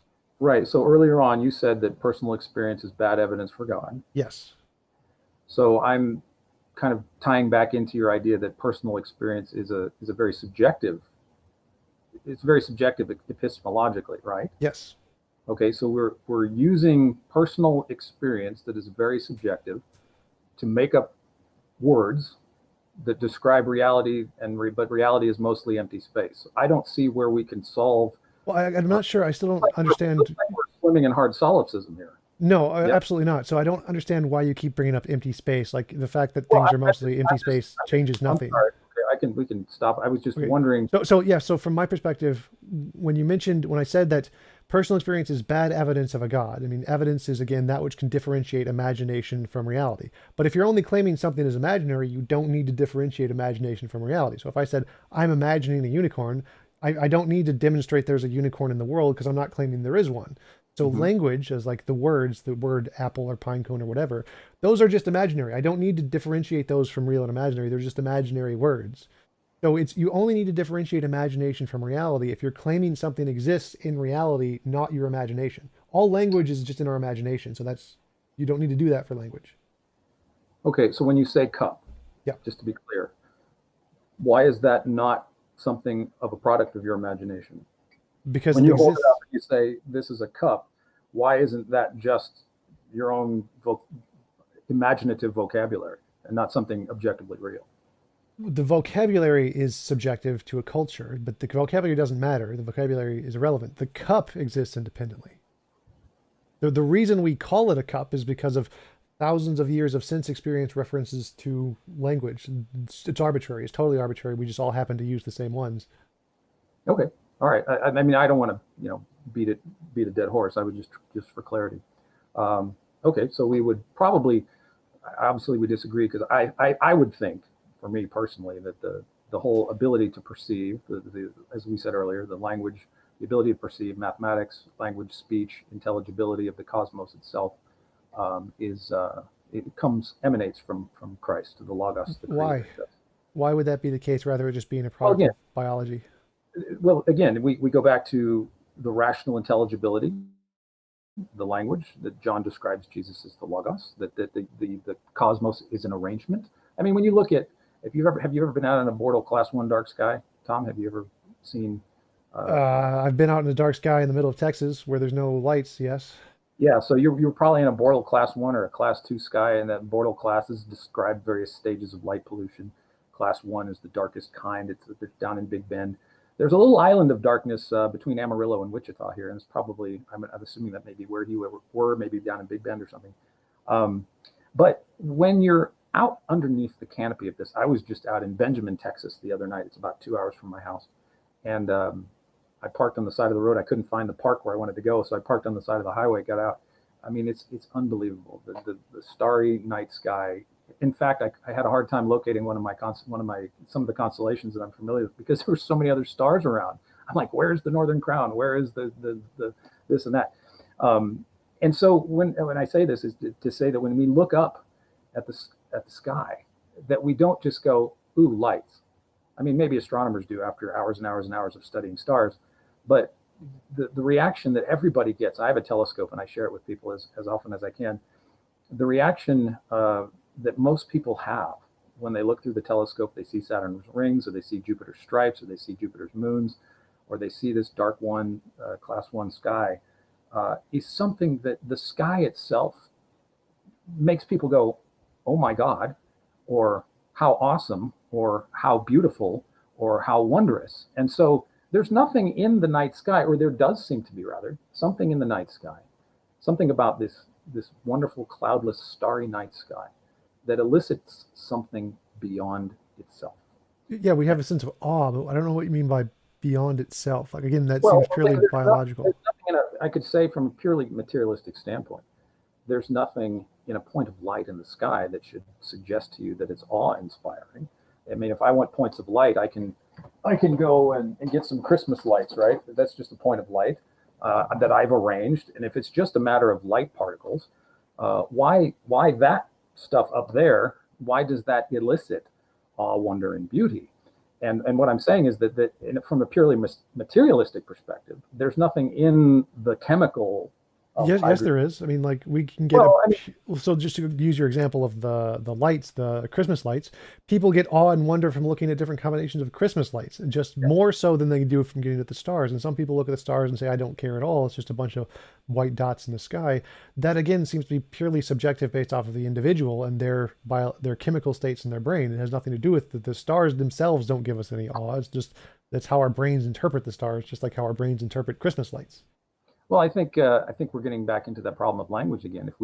If you want to tell me, which is fine, I'm not saying it one way or the other, but if you want to tell me the stars don't give us this, I think that's an imaginative claim that science can't finally address, right? It's a subjective decision on your part to say that the stars themselves aren't doing that. Oh, no, I think that's demonstrably provable again, because we can take the psychological states. If the stars are giving us this thing, then we can say, given some kind of test group, does this cause it more often than the other things like music or Christmas lights or um, paintings or whatever? We can test. We get the same results as the rabbit's foot. Like is the probability that the stars actually cause these things is exactly the same as the rabbit's foot, which is purely based off of the individual. There's no special property they have that gives us those things. We can demonstrate that and prove it. Well, I think when we're talking about God, especially Jesus of the Bible, ontologically, philosophically, scientifically, uh, Jesus is the creator. He will be by nature, if you want to steel man the theistic position, he is above nature. He is beyond nature. And that for me as a Christian, I look at the heavens, Psalm 19, the heavens declare the glory of God. And the firmament shows his handiwork. Day unto day pours forth speech, and night unto night reveals knowledge. Now, this was David hundreds of years ago, in 900 BC or something. And you look at, so I worked with in the book, we worked with a Hubble Space Telescope astronomer, um, and he is a Christian, and he was instrumental in putting together you're familiar with the Hubble Deep Field? I think so. What the deep field was? So Bob Williams was the director of the Space Telescope Science Institute back in I think it was 90, let me see, make sure, 95, yes. So as the director of the Space Telescope Science Institute, Mr. Williams had 10 days to play with the telescope however he wanted. He probably could take a selfie of himself if he wanted to with Hubble. But as a director, he had discretionary director time to do what he wanted to with the telescope. Now, just a few years prior, if you'll remember that the telescope, its mirror was ground improperly, and we had to send the shuttle up on a very expensive mission to make the adjustments to make the mirror work. Yeah, because So the mirror was yeah, they didn't grind it shifted. right. Yeah. Yeah, it shifted or something. Well, it was ground improperly, I think, at the factory, and they had a little anyway. So they had to send the shuttle up in a very expensive mission. So this is a couple of years after, and Bob Williams is like, I wonder what can I do with the telescope? I mean, what would you do with the telescope for 10 days? So he decides to take the telescope and take a picture of a blank spot of sky underneath the handle of the Dipper or above the handle of the Dipper, Big Dipper somewhere, for 10 days. This is a starless spot of sky from the ground, and nothing like this has ever been done before. And he's gonna spend a couple of orbits and about $250,000 a day to take these pictures of this blank spot of sky. It was a calculated risk. And what did that yield? Well, it yielded a field of 3,000 galaxies that no human eye had ever seen before. So it was pretty remarkable, pretty almost kind of scary, kind of like Mufasa, like. But then earlier in the 2000s, Matt Mountain was the director of the Space Telescope Science Institute, and he wanted to sort of one up Bob. So Matt took this telescope, did some discretionary director time, and pointed it at the constellation of Fornax, the Furnace in the southern hemisphere, and also took a picture of a blank spot of sky Now, from our field of view on the ground, Tom, this spot of sky was no bigger than the eye of Lincoln on the head of a penny, held out at arm's length. So if you can imagine holding out a penny at arm's length, this spot of sky that Matt Mountain focused on was only as big as Lincoln's eye. And so this telescope, the Hubble, went around the Earth, I don't know how many times, 40, I don't know how many times it was, 800 images, 400 orbits. And Dr. Kokomor, who we worked with in the book, processed all that. So they took 800 images and they combined them all into what is now known as the Hubble Extreme Deep Field. Some 10 to 15,000 galaxies exist in a spot of sky no bigger than Lincoln's eye on the head of a penny. Yep, every spot of sky, everywhere, in every direction. Right. So it's like, whoa. And so now there's this, these Hubble images have caused people to reevaluate the estimation of how many galaxies there are in our universe. Anywhere between 200 million or 200 billion to 2 trillion. I mean, nobody really knows because nobody really can take a census of all of that. I mean, I think the consensus in physics is it's infinite. I don't think there's any number on it. Well, yeah, and the number is, there's no hard number. I would agree that who knows? Well, I mean, I think that most of the different theories of cosmology and the size of the universe is that literally infinite, given general and special relativity and Alan Guth's early universe inflation. The size of the universe is infinite, literally. So, well, there's the problem of actual infinities. No, there's not. That's not a problem in physics. That's a philosophical thing. It is philosophical. I mean, when you make a distinction and say the universe is infinite, you're actually saying that there is such a thing as a physical infinity. Yep, and we've not seen that. We don't need to, again. So that's just in physics. I mean, if we're talking about hard science, we're talking about hard empirical science. To say that there's an actual infinity requires empirical evidence. If not, it's in the realm of imagination. Well, no. So science, you don't need to see everything in the theory. You just need to make a testable prediction. For example, predicting fossils and evolution. Physical materialism, then, is it?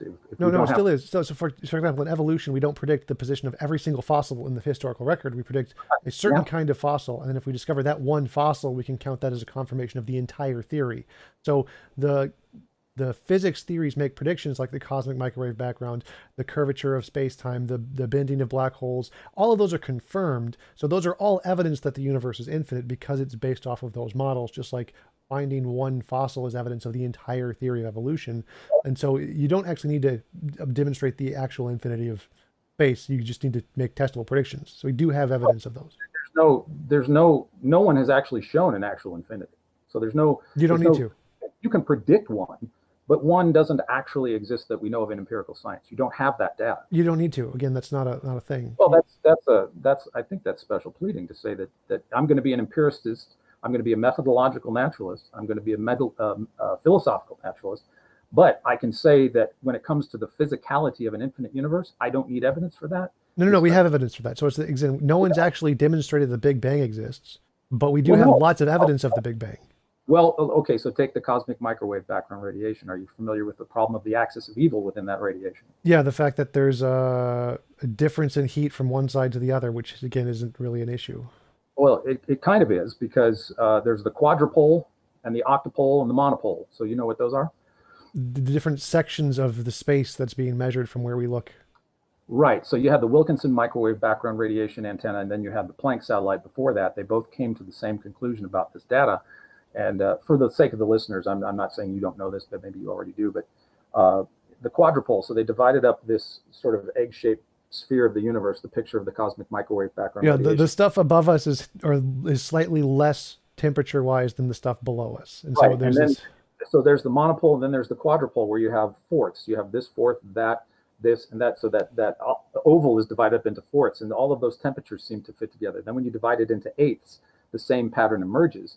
And what it appears to be, and I'm not saying that this is what the data ultimately concludes, but it does look like, to the physicist, I was watching a video and reading a book by an Ohio State astrophysicist who seems to think that this possibly looks like the Earth, or at least the Milky Way, is central to the universe, the way the monopole, the quadrupole, and the octupole line up. And that was not something that Alan Guth or any inflationary theory had predicted. It was something that came back from the two data receivers. And so, I think science has a wonderful wonderful ability to predict things. But here's the question, Tom.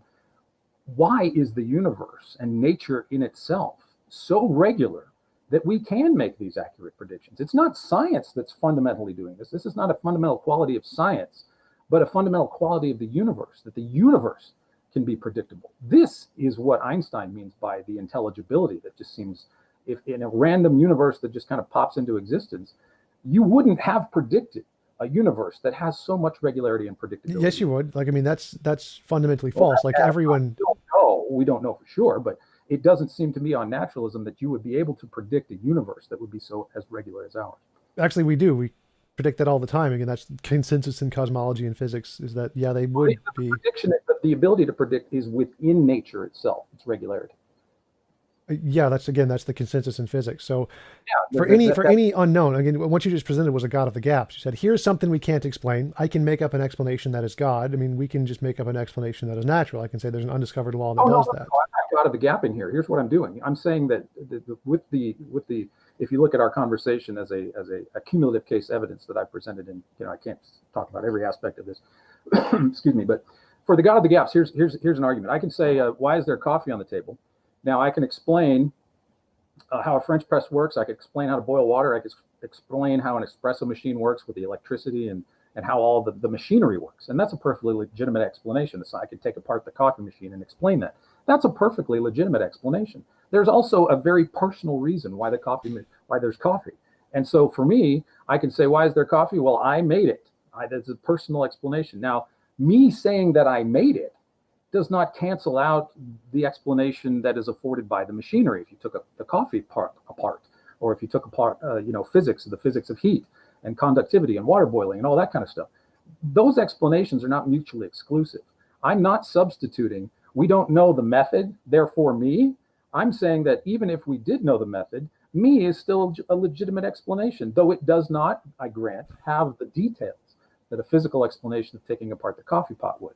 Right, so right, but that is exactly the God of the gaps argument. So, for example, that's the John Lennox. It's John Lennox's argument. I know is one about the cake and saying, well, why is the cake on the table? And you can do all the chemical calculations. But so if we explain why is the universe the way it is, it could be explained by a being with personal agency, or it could be explained by an impersonal force of nature with no being.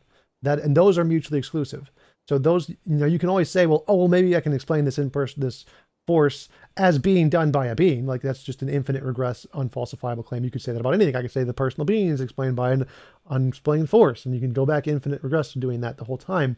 But the truth is that it could be explained by just a force with no being at all, and that would be mutually exclusive. And that those two alternatives can make different predictions. Since they can both be explained, they explain the evidence, we would go with whichever one makes the testable predictions. And the science is the ones that do that, not the theistic being one. Even though you can insert that before the science for anything, you can do the same for any other assertion as well. That isn't actually evidence that it's true. So the question is why should we believe that isn't an imaginary explanation? And all of the things we have it probably is just an imaginary explanation. All of the evidence we have in physics, the consensus in every field of physics, in every field of cosmology, in every field of science is that, no, that's just natural laws. There is no being there, even though you could insert one. Now, laws, you bring up laws, this gets us back into mathematics. They're descriptive. Laws are not causal, Tom, would you agree?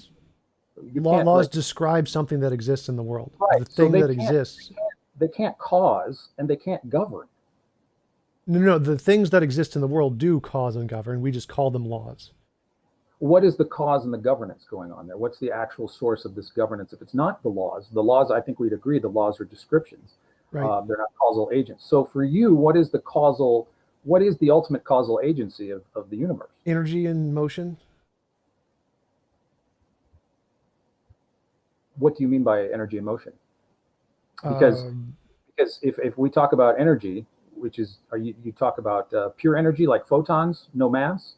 Are you talking about energy within a planet? Are you talking about energy with mass? Are you talking about pure photon energy? All of that energy. That's all energy. That's all E = mc squared. Energy is the fundamental nature of reality. I don't know sometimes what people mean by energy. Some people think energy is eternal. Do you ascribe to that view? Yes. Okay, in light of the second law of thermodynamics, how do you justify energy being eternal? The second law of thermodynamics doesn't say energy is not eternal. In fact, the first law of thermodynamics says it is actually eternal. So no, it doesn't say eternal. Actually, it does. I mean, I apologize to interrupt, but yes, the consensus in every physics and cosmology is that energy is eternal.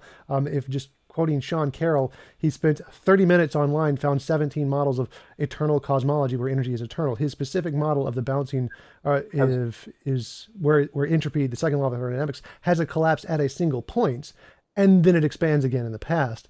So the second law of thermodynamics doesn't in any way say energy isn't eternal. It's not at all what it says. It just says there is a beginning to the inflation, and that's it. Yeah, so that what you said came out of the debate with Bill Craig in 2014 at New Orleans Baptist Theological Seminary, where they were debating cosmology, and a lot of people think Bill lost that debate. Well, but Sean is that quip you refer to is here in the it's on page 46. And it's in the Q&A, and those are the 7. He went online in about a half an hour. He found actually, I think that was in his rebuttal, not the Q&A. It might have been in his rebuttal. Anyway, he found 17 different models, and he says this. He says, so the question is, are there realistic models of eternal cosmologies? He says, I spent a half hour on the internet, and I was able to come up with about 17 different plausible-looking models of eternal cosmologies. I do not claim that any of these is the right answer. We're nowhere near the right answer yet, and you can come up with objections to every one of these models, but you cannot say that they are not eternal. And he ends with an exclamation point. And so, Tom, I would ask, if I had the opportunity, I would ask Sean Carroll. One second, ends with an exclamation point in the middle of a debate. Like he adds the exclamation point with his finger. Right. So I guess I have to go back and watch and see if that's what he was, that was warranted there, of course. But anyway, so I'd ask you, if I'd ask Sean the same thing, what do you mean by eternal? Exists at an infinite past. There is a negative infinity for the past.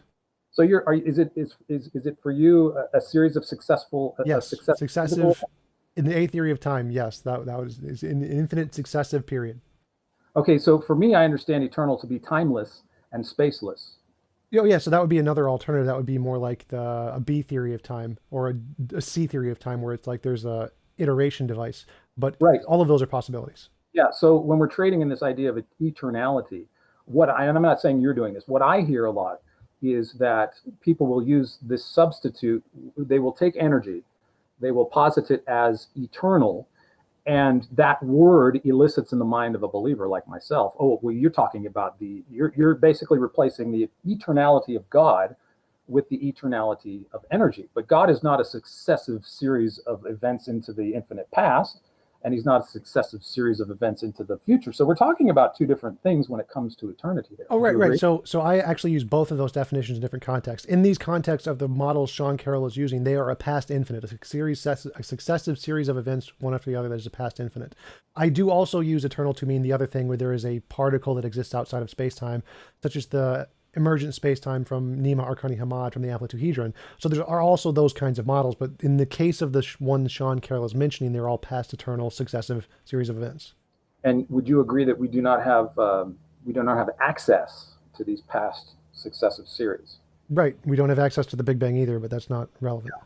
Okay. So that I'm just scientifically, that's why cosmology is largely theoretical, because you're postulating things that exist beyond our ability to perceive. Correct. So, well, sort of. So there's one caveat I would say to that, is that everything in physics and cosmology is only allowed to use verified principles, particles, and laws in physics, and you can have to just combine them in different novel ways. So those are more supported than any theistic model or in philosophy, because those are adding in things we don't have verified principles for, like different properties of omniscience, omnibenevolence, omnipotence, whatever. Those properties don't have a basis in reality, whereas every single property in every one of the cosmological models do. They are all verified principles, particles, and laws. They're just combined in new ways. So what would you would agree, though, that the postulation of things, so you can take, like Alan Guth's inflation there's 1,000 variables on that theme about what started inflation. Did it come before or after the Big Bang? What started it? What stopped it?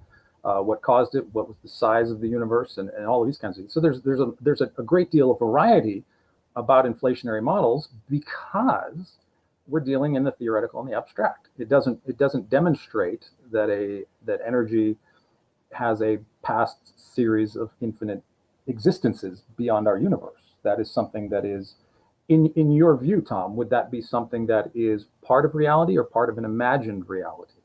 Well, Guth's inflation doesn't say anything about a past. It's not the point. It's just saying, it's making a prediction.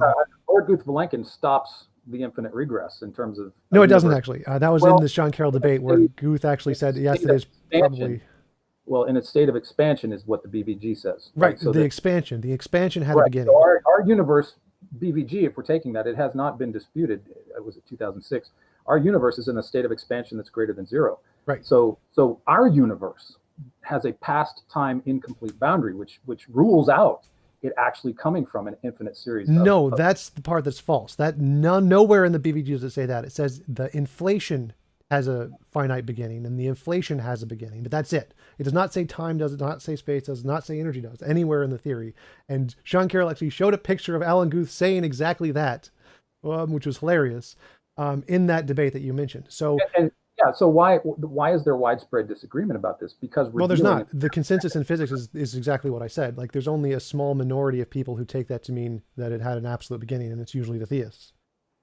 I know Blinken isn't a theist, and there's a few others that don't, but the vast majority of the consensus is it's past eternal. So you would go with a scientific consensus about the nature of reality. I would go with the scientific consensus of physics about the physics nature of reality. Yes. Do physicists like Carroll use words to describe the nature of reality that we cannot see? No, they use mathematical models. That's a language, right? Yes.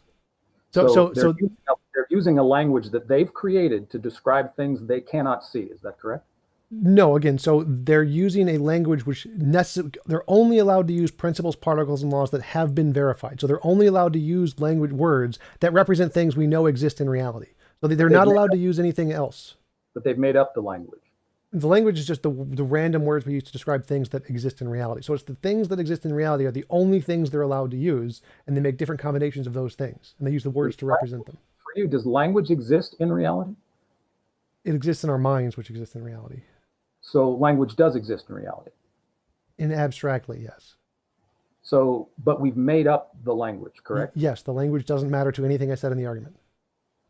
Okay, so how do we know, how would we, using language, whether it's math or English or it's, Arabic, whatever, using math and language, how do we ever know that we are beyond our descriptions, we going beyond our descriptions and actually are accurately describing reality and not just making something up? Novel testable predictions, that's what science does. Okay, right. So what I'm getting at is, how do you have novel testable predictions about things in the past that we're trying to describe using language that is subjective, theoretical, and made up? Again, the language subjectivity is irrelevant. You can just call it X, you get the same result. So nothing about the language matters. You can change the language any way you want, you get the same result. The way we know it is novel testable predictions. We could say Alan Guth's early universe inflation theory made a prediction about the cosmic microwave background, which was confirmed, which is why it's an accepted theory. It happened billions of years ago, like I think it was 300,000 years after the Big Bang or whatever. But the reason we know it's true is because it made a prediction that we didn't know yet. We confirmed the prediction, which gives us a reason to believe that it's true about the past. That's why we can infer things from the past, is because we can make future predictions. And if those future predictions are confirmed, then the theory is justified. Mm-hmm. And have you ever read Thomas Kuhn or Yes. Michael Polanyi? Yes.